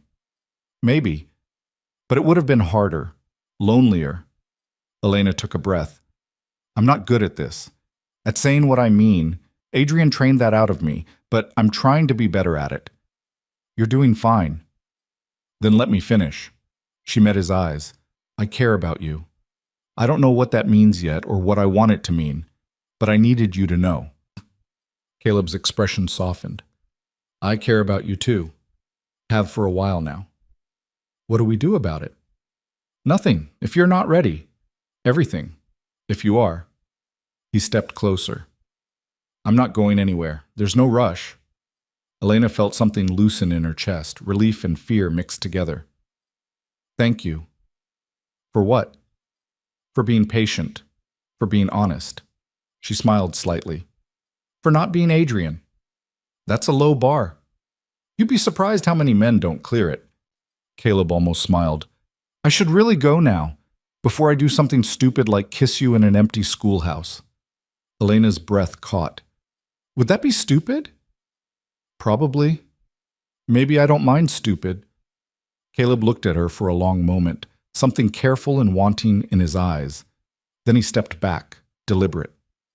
Not yet, he said quietly. When it happens, I want you to be sure. Not caught up in a moment, not grateful, not confused. Sure. Elena nodded, understanding. All right. He tipped his hat. See you around, Miss Cartwright. He left, and Elena stood alone in the new school, heart racing, cheeks warm. Not yet, but maybe someday. The response from Virginia came 3 weeks later. Miss Cartwright, Mr. Cole has reviewed your terms and agrees to the revised language. Enclosed are updated documents reflecting mutual dissolution with no fault assigned. Please sign and return at your earliest convenience. Mr. Cole wishes you well in your future endeavors. Regards, Harrison Webb. Esquire Elena read it twice, checking for tricks or hidden clauses. But it was exactly what she'd asked for, a clean ending with no blame, no claims, no strings. She signed her name in the designated spaces, her hand steady. Then she sealed the envelope and walked it to the post office herself. That's it? The postmaster asked. That's it.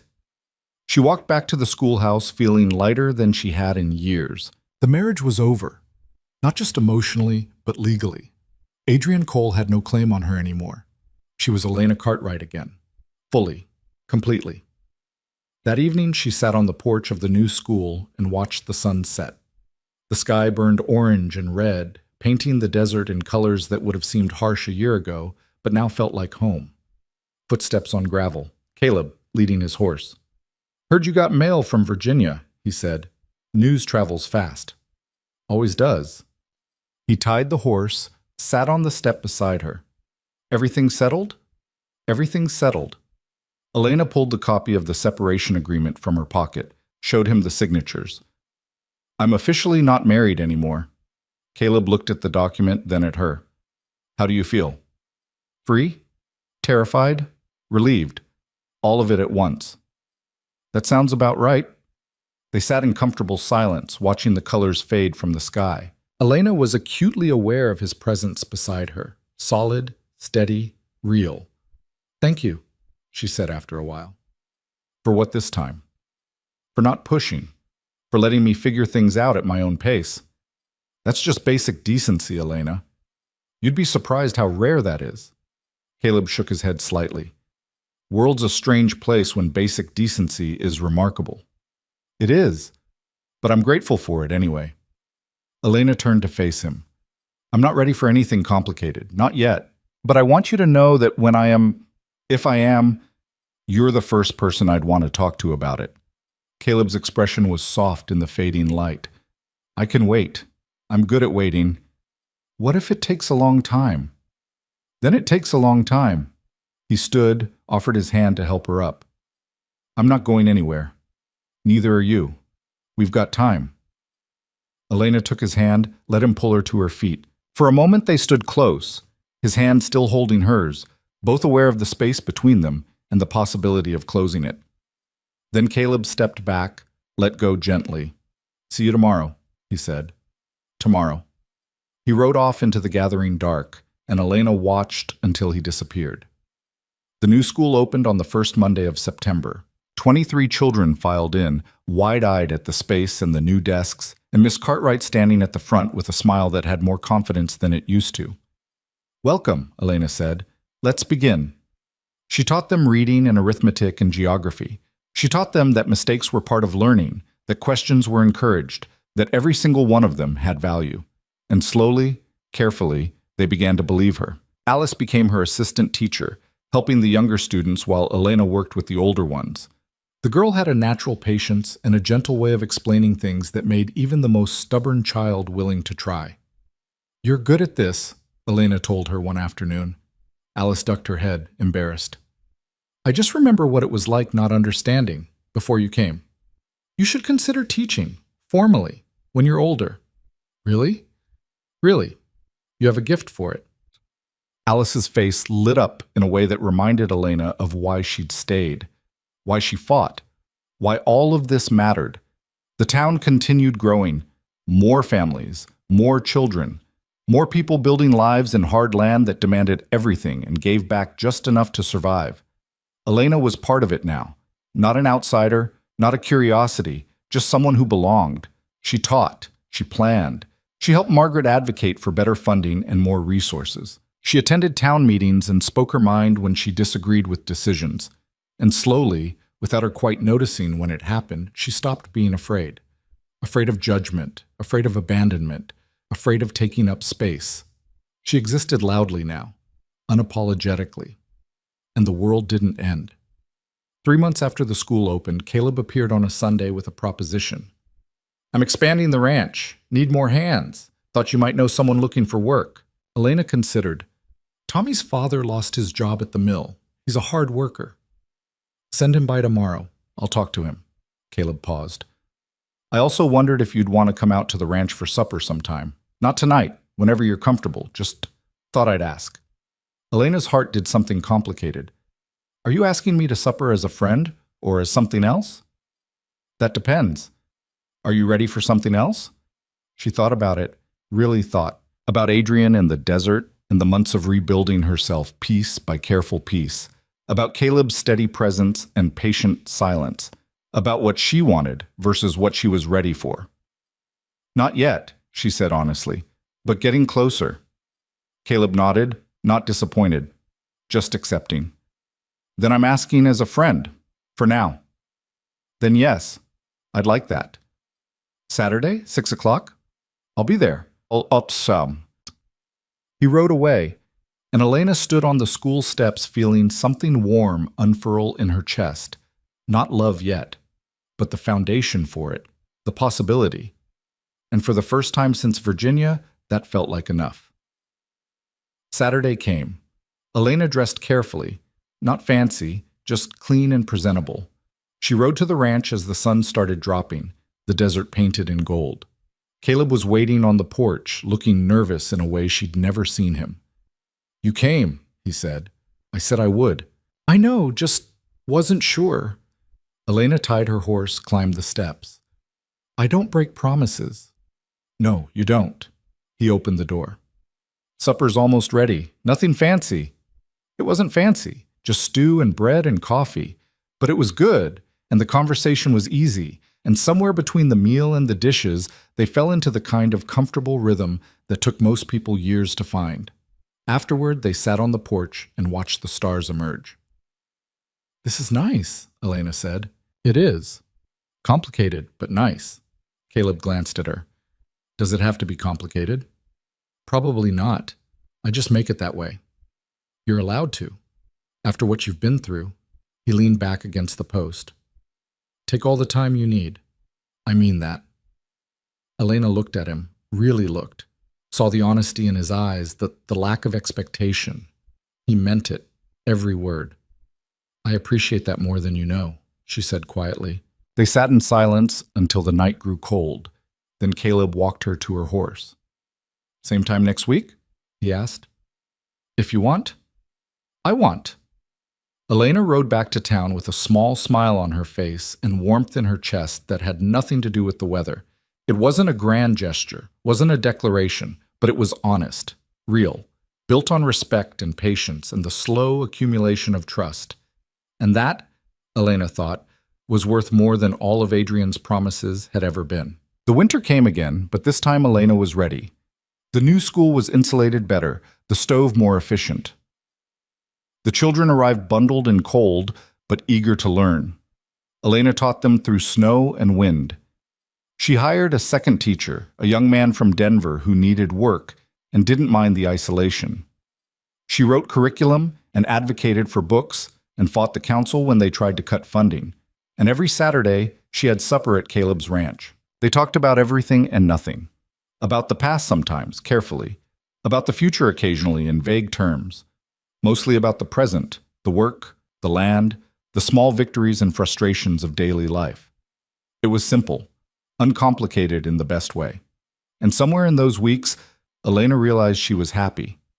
Not perfectly, not constantly, but genuinely, deeply happy in a way she'd never been in Virginia. She belonged to herself now, answered to herself, built a life that reflected who she actually was instead of who someone else wanted her to be. That was worth every hard mile, every doubt, every moment of fear. On a clear December night, as she rode back from Caleb's ranch under a sky full of stars, Elena thought about the woman who'd collapsed in the desert 16 months ago. That woman had been broken, desperate, ready to give up.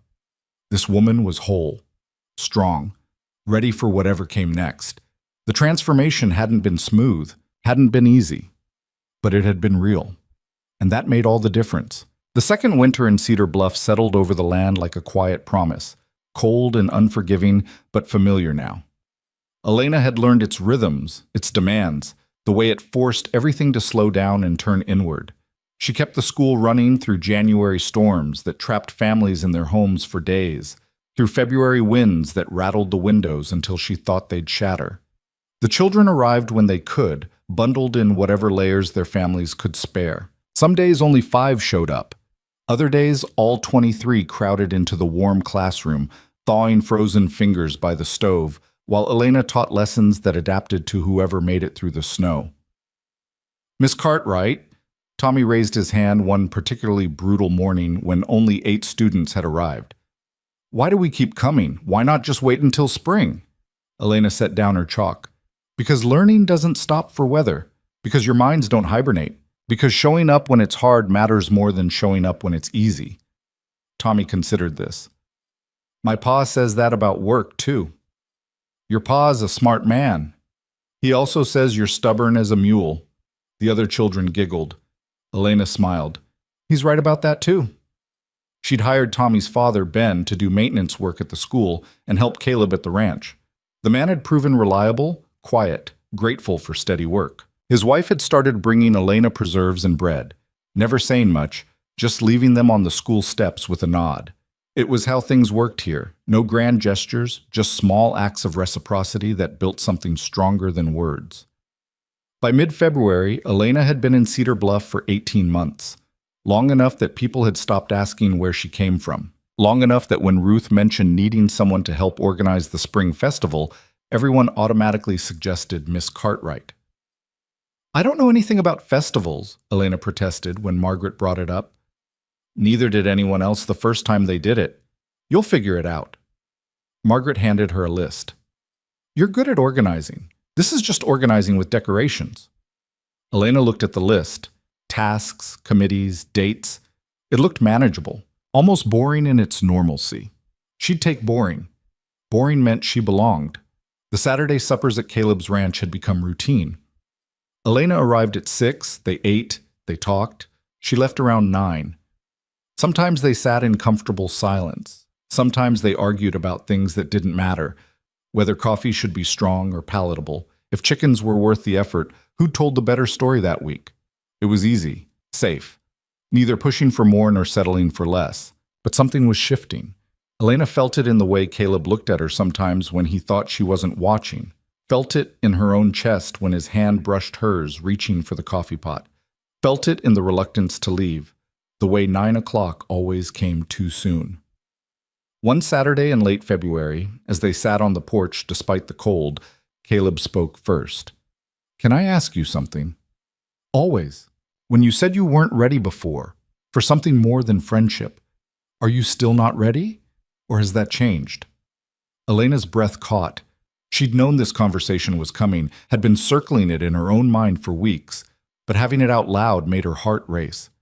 "I don't know," she said honestly. "I think about it, about what more might look like, but I'm also scared." "Of what?" "Of losing myself again, of falling into old patterns, of trusting someone and having them—" She stopped, not sure how to finish. "Having them turn out to be like Adrian," Caleb finished quietly. "It's not that I think you're like him. You're nothing like him. But I thought I knew him too before we married. Thought he was kind." Caleb was silent for a moment. "I can't prove I'm different. Can't make promises that'll convince you. All I can do is keep showing up the way I have been. Keep being honest. Keep giving you space to choose. And if I never choose, if I'm always too scared, then we stay friends. That's not nothing, Elena. I'd rather have you in my life as a friend than not at all." He looked at her directly. "But I won't lie and say I don't want more. I do. I think you know that." Elena's throat tightened. "I want it too. That's what scares me." "Why?" "Because wanting things with Adrian got me hurt. Wanting his approval, his affection, his respect. Every time I wanted something from him, he used it against me.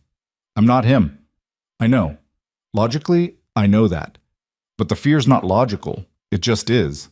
Caleb nodded slowly. "Then we take it slow. Slower than we have been, until the fear gets quieter. That might take a while. I'm patient." Elena almost smiled. "You keep saying that." "Because it keeps being true." They sat in the cold until Elena's hands went numb. Then Caleb walked her to her horse like always. But this time, before she mounted, he caught her hand. "For what it's worth," he said quietly, "I think you're braver than you give yourself credit for. You survived things that would have broken most people.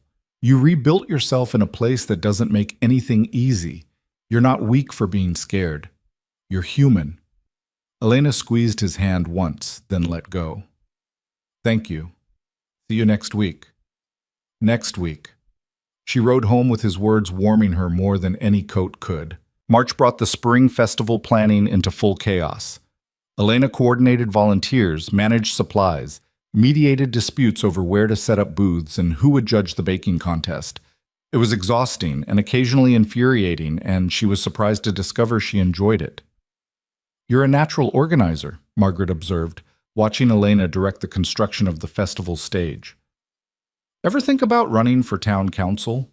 "Absolutely not." "Why not? You've got opinions. You're not afraid to speak up. People respect you." "People tolerate me." "Same thing in a town this size." Margaret grinned. "Think about it. We could use fewer Henrys and more Elenas." Elena didn't think about it. She had enough on her plate with the school and the festival and the quiet, complicated thing happening with Caleb, but the seed was planted.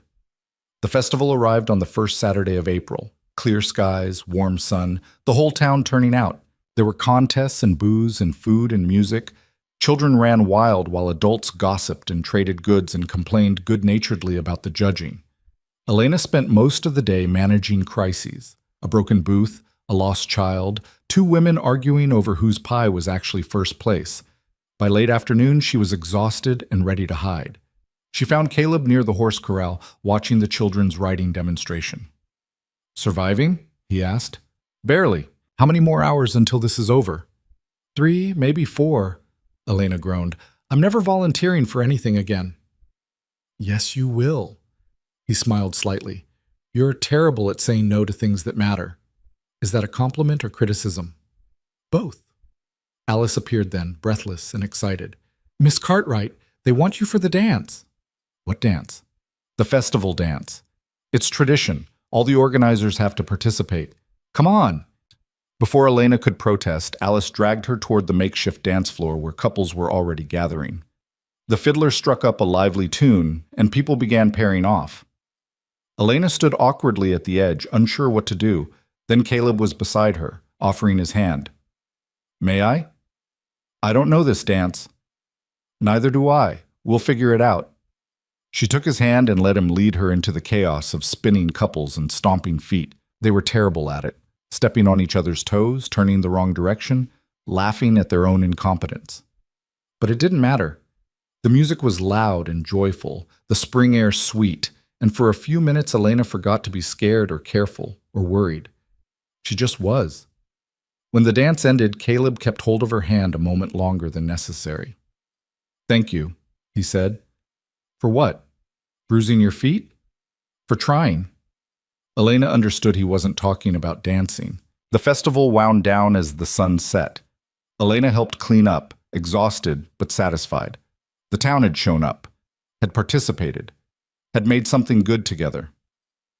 Walking back to the schoolhouse alone, she thought about community and belonging and how strange it was that she'd found both in a place she'd stumbled into half dead. A letter was waiting on her desk. Not from Virginia this time, from a school in Denver, forwarded by Margaret. Elena opened it curiously. "Dear Miss Cartwright, we've heard of your excellent work in Cedar Bluff and would like to offer you a position as head teacher at our primary school. The salary is $40 per month with housing provided. We believe someone of your obvious talents would thrive in a larger institution. Please respond at your earliest convenience. $40. More than twice what she made now. A real city with theaters and libraries and opportunities. A year ago, she would have jumped at it. Security, respect, advancement. Now she stared at the letter, feeling nothing but resistance. She didn't want Denver, didn't want a larger institution or city life or any of it. She wanted this. Cedar Bluff. Her students, her community, her life that she'd built with her own hands. She wrote back that same night. "Thank you for your generous offer, but I must respectfully decline. My work here is not yet finished." She sent it the next morning without regret. Margaret found out somehow, the postmaster probably, and cornered Elena after school. "You turned down Denver?" "I did." $40 a month, Elena. That's a fortune." "I know." "Then why?" Elena set down the books she'd been organizing. "Because money isn't why I'm doing this. Because my students need consistency. Because I finally have a place that feels like home." She met Margaret's eyes. "Because I'm not running anymore." Margaret studied her for a long moment, then nodded. "Good. I was hoping you'd say that." "You knew about the offer?" "Recommended you for it, actually. Wanted to see what you'd choose." Margaret's smile was knowing. "You passed the test." That was manipulative. It was practical. "Now I know you're committed." Margaret headed for the door. "Town council meets next week. You should come. We're voting on the education budget." "Why?" "Because it affects you and because you should have a say." She paused. "Also because I'm nominating you for a council seat. Ruth's stepping down to help with her daughter's new baby. We need someone to replace her." "Margaret, just think about it." She left before Elena could argue. Elena sat alone in the classroom, the Denver letter in one hand, Margaret's challenge in the other, wondering when her life had become about choices instead of survival. That Saturday, she told Caleb about both, the Denver offer and the council nomination. He listened quietly, then asked, "What do you want to do?" "I already turned down Denver." "I know, I mean about the council." Elena hesitated. "I think I want to say yes, but I'm not sure I should." "Why not?" "Because I'm not a leader. I'm just a teacher who got lucky." Caleb shook his head. "You're a teacher who worked her ass off, who showed up every day, who fought for her students and her school and herself. That's not luck. That's character.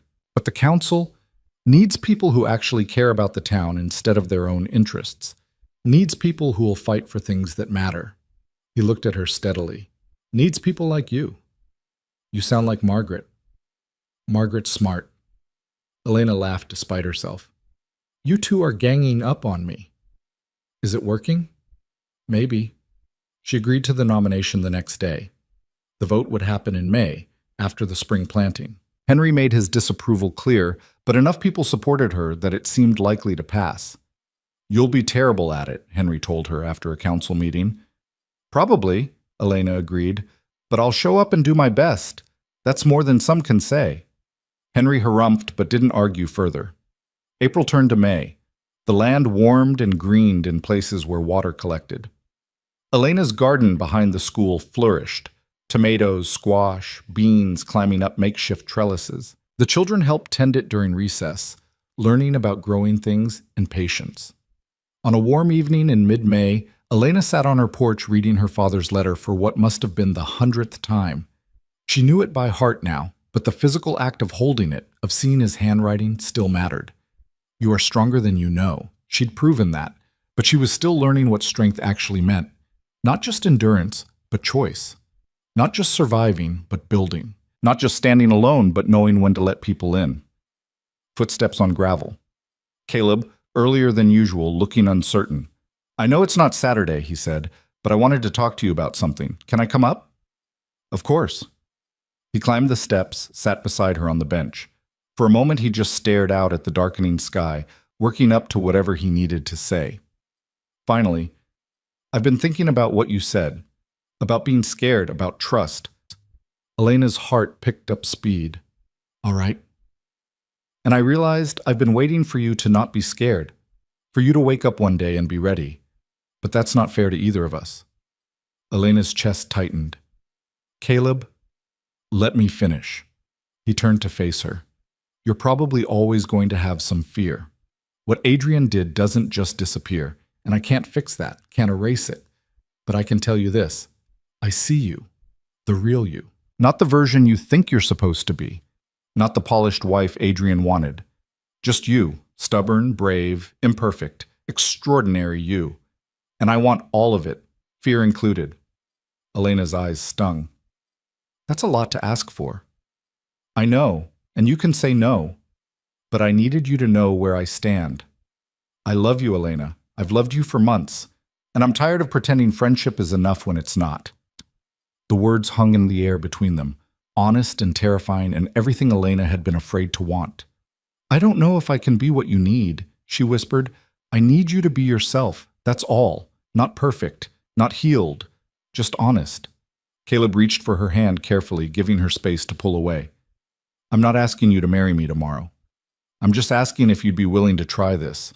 Really try. See where it goes. Elena looked at their joined hands, felt the calluses on his palm, the warmth of his skin. Thought about all the months he'd been patient, all the ways he'd shown up without demanding anything in return. She was still scared, probably always would be, at least a little, but she was also tired of letting fear make her decisions. Yes, she said quietly. I want to try. Caleb's expression shifted, relief and joy, and something tender. Yeah? Yeah. Elena smiled, tears on her cheeks. But slow and honest. And if I panic, then you panic and we deal with it. He squeezed her hand. No pressure, no expectations, just us figuring it out as we go. That sounds good. They sat together as the stars emerged, hands linked, neither needing to fill the silence with words. The town council vote came a week later. Elena won the seat by a comfortable margin. Even Henry voted for her, though he looked pained doing it. Don't make me regret this, he muttered afterward. I'll try not to. Her first meeting as an official council member was overwhelming. Budget discussions, zoning disputes, arguments about fence lines and water rights. But Elena spoke up when education funding was on the table, fought for better resources, refused to back down when Henry tried to dismiss her concerns. The school is an investment in the town's future, she said firmly. Cut the budget now, and we'll pay for it in ignorance later. The funding stayed. Margaret grinned at her afterward. Natural politician, don't insult me. It's a compliment. You fought for what matters and won. That's all politics should be. Elena hoped she was right. Summer arrived hot and dry. School let out for the season, though Elena offered informal lessons for any students who wanted them. A handful showed up. Alice, Tommy, a few others who loved learning more than freedom. She spent more time at Caleb's ranch now, helped with small tasks, learned about ranching, sat with him on the porch in the evenings watching the sun set. They were building something together, not a marriage, not yet, but something real and chosen. He kissed her for the first time in early June, sweet and careful, asking permission with his eyes before his lips touched hers. Elena kissed him back and didn't feel afraid. Well, not much afraid. Okay, a little afraid, but also hopeful. And that was new. They took their time. No rush, no pressure, just two people choosing each other day by day, conversation by conversation, touch by touch. On a warm July evening, as they sat by the small creek that ran through Caleb's property, Elena told him about the worst of her marriage. The things she'd never said out loud, the casual cruelties, the systematic erasure, the way Adrian had made her doubt her own sanity.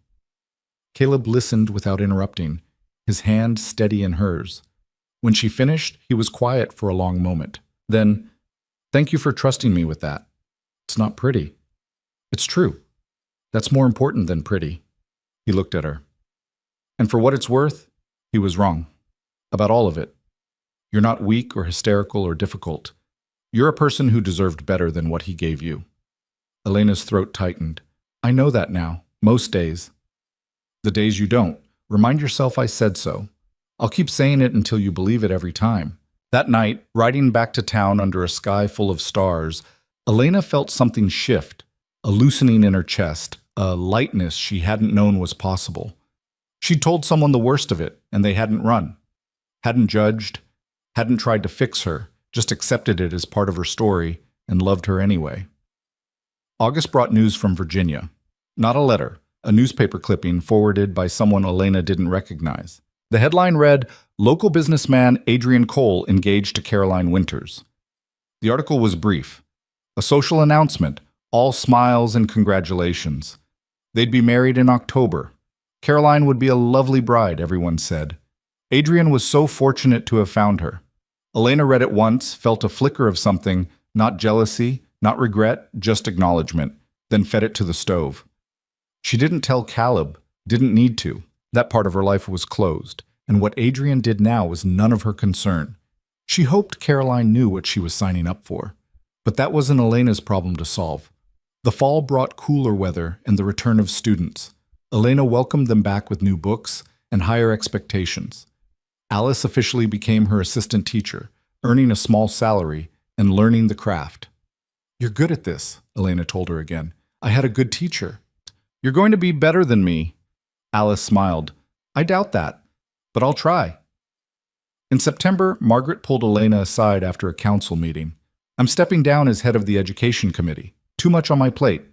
She handed Elena a folder. "I want you to take over." Elena stared at the folder. "Margaret, I can't." "You can. You already do half the work anyway. This just makes it official." Margaret's expression was firm but kind. "You've earned this. Don't argue." Elena took the folder. She was 31 years old. She ran a school, served on a town council, headed an education committee. She had a garden and friends and a man she loved who loved her back without conditions. None of it was what she'd planned. All of it was better than anything she could have imagined. One evening, in late October, as Elena and Caleb sat by his fireplace, he asked the question she'd been half expecting for months. "Would you consider living here, at the ranch?" Elena's heart jumped.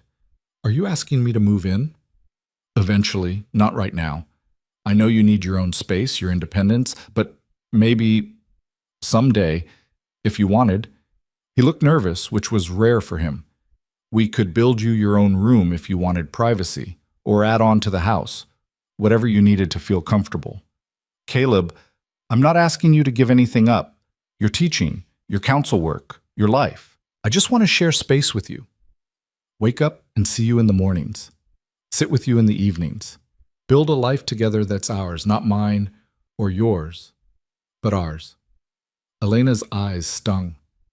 "That sounds good." "Yeah? Yeah. Not tomorrow, but someday. When I'm ready." "When you're ready." Caleb pulled her close, kissed her forehead. "I can wait." "You always say that, because it's always true." November brought the first snow. Elena taught through it, managed council business, spent weekends at the ranch helping Caleb prepare for winter. They were building routines, learning each other's rhythms, figuring out how to be together without losing themselves. It wasn't always smooth. They argued sometimes, about small things mostly, stubbornness meeting stubbornness, but they talked through it, apologized when necessary, kept showing up. And slowly, Elena learned that conflict didn't mean abandonment. That disagreement didn't equal rejection. That love could be steady even when it wasn't perfect.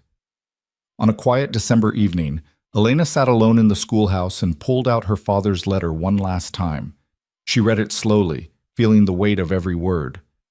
You are stronger than you know. She folded it carefully, placed it in the book, and set the book on the shelf. She didn't need to read it anymore, didn't need the reminder. She knew her strength now, had tested it and proven it, had rebuilt herself from nothing into someone she could actually respect. The woman who'd collapsed in the desert was gone. Not forgotten, but transformed. In her place stood someone harder, clearer, more herself than she'd ever been. Elena Cartwright, teacher, council member, survivor, woman who'd chosen herself and kept choosing herself every single day. And for the first time in her life, that felt like enough. That winter, Elena made her decision. She told Caleb she'd move to the ranch in the spring after the school year ended. They'd build an addition, a room of her own where she could have space when she needed it, but close enough to be together. "You're sure?" he asked. "I'm sure." "What changed?" Elena thought about it. "I stopped waiting to be completely unafraid. Realized fear's always going to be there a little. But I trust you. I trust myself. And I want this." Caleb smiled, real and warm, and everything she'd been too scared to want before. "Then let's build it." They planned through the winter, drew up sketches, argued about window placement and storage space, made it real. Spring came again. Elena's third in Cedar Bluff. The land thawed and green, the town stirred to life, the children returned loud and eager. Elena taught them with the same dedication she always had, but now with the knowledge that this was her home, her choice, her life built deliberately instead of fallen into. Construction on the ranch addition started in April. Caleb and Ben and a handful of other men worked evenings and weekends, building walls and installing windows and creating space. Elena watched it take shape and felt something settle in her chest. Permanence, commitment, future. The school year ended in May. Elena said goodbye to the older students who'd be moving on to different opportunities, welcomed next year's crop of beginners, and started preparing for her transition to the ranch. On a warm June morning, she packed her belongings. Still not much, but more than she'd had 2 years ago. Books and clothes and small treasures collected along the way. The town threw her a party. Not goodbye, they insisted, just acknowledgement. She'd still teach, still serve on council, just live somewhere else. "Don't be a stranger," Margaret said, hugging her tight. "Never," Ruth handed her a quilt. "For your new room. Every home needs one." Elena took it with wet eyes. "Thank you. For everything." "You earned it. All of it." Caleb helped her move her things to the ranch in one wagon load. It took less than an hour to unpack everything into her new room. Bright windows facing east, built-in shelves for her books, a bed she'd picked herself. "What do you think?" Caleb asked, standing in the doorway. Elena turned in a slow circle, taking it in. Her space, her choice, her home. "It's perfect." "Yeah, yeah." That evening, they sat on the porch watching the sunset, the same porch where she'd recovered 2 years ago, where they'd had countless quiet conversations, where they'd built this slow and careful thing that had become love. "You know what's strange?" Elena said. "What?" "I used to think I needed someone to save me. Adrian, my father, anyone. Thought that's how life worked. You found someone to take care of you, and that was enough." She looked at Caleb. "But the truth is, I saved myself. You just gave me space to do it." "Is that what I did?" "That's exactly what you did. You didn't demand anything, didn't try to fix me or control me or make me into something easier. You just let me be. Let me figure it out. Showed up when I needed someone and stepped back when I needed space." Caleb was quiet for a moment. "You did the same for me, you know." "How?" "Reminded me there was more to life than work and survival. That caring about someone doesn't make you weak. That building something with someone is better than being alone." He took her hand. "You saved yourself. But you also saved me from a life that was getting smaller every year." Elena squeezed his hand, understanding settling between them without need for more words.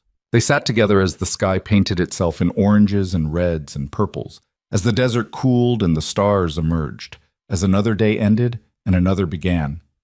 The wind picked up, carrying the scent of sage and dust and the promise of rain. Elena breathed it in, this place that had almost killed her, that had ultimately given her everything she needed to live. She'd walked into the desert with nothing. She'd walked out with herself. And that, she'd learned, was the only thing that ever really mattered. Years later, when the school had expanded to 4 rooms and Cedar Bluff had grown into a proper town, when Elena had served 2 terms on the council and trained a dozen teachers, when the ranch had become a true partnership between her and Caleb, someone asked her what advice she'd give to young women just starting out. Elena thought about it carefully. Then she said, "Don't wait for permission to exist. Don't shrink yourself to make others comfortable. Don't accept less than respect just because it comes with security. And if you find yourself in a life that doesn't fit, have the courage to walk away, even if you don't know where you're going. The unknown is terrifying, but it's also where you'll find out who you actually are." The young woman, writing down her words, looked up. "That's it? Just leave?" "No, leaving's the easy part. The hard part is building something new, showing up for yourself every day even when it's difficult, trusting that you're worth the effort, believing you deserve better, and then doing the work to create it. And if you fail, then you try again and again until you build something that fits." Elena smiled. "Failure's just information.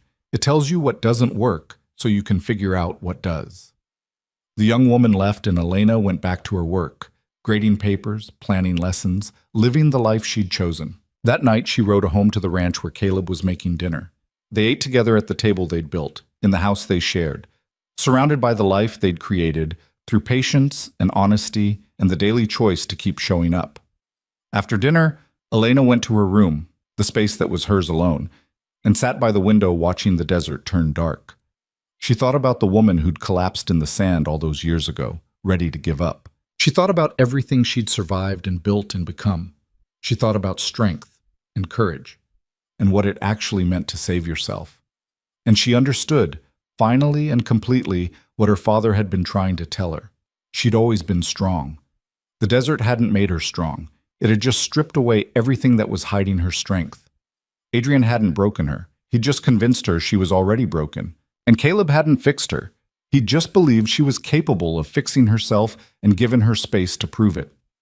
The truth was simple and hard and beautiful. She'd saved herself. She'd chosen herself. She'd built a life worth living through sheer stubborn determination and the refusal to disappear. And that was the only story that mattered. Elena closed her eyes, feeling the cool night air through the open window, hearing Caleb moving around in the next room, knowing she could go to him or stay here, and either choice was fine. She was home. Not because of a building or a man or a town, but because she was finally, completely, unapologetically herself. And she'd never been more free.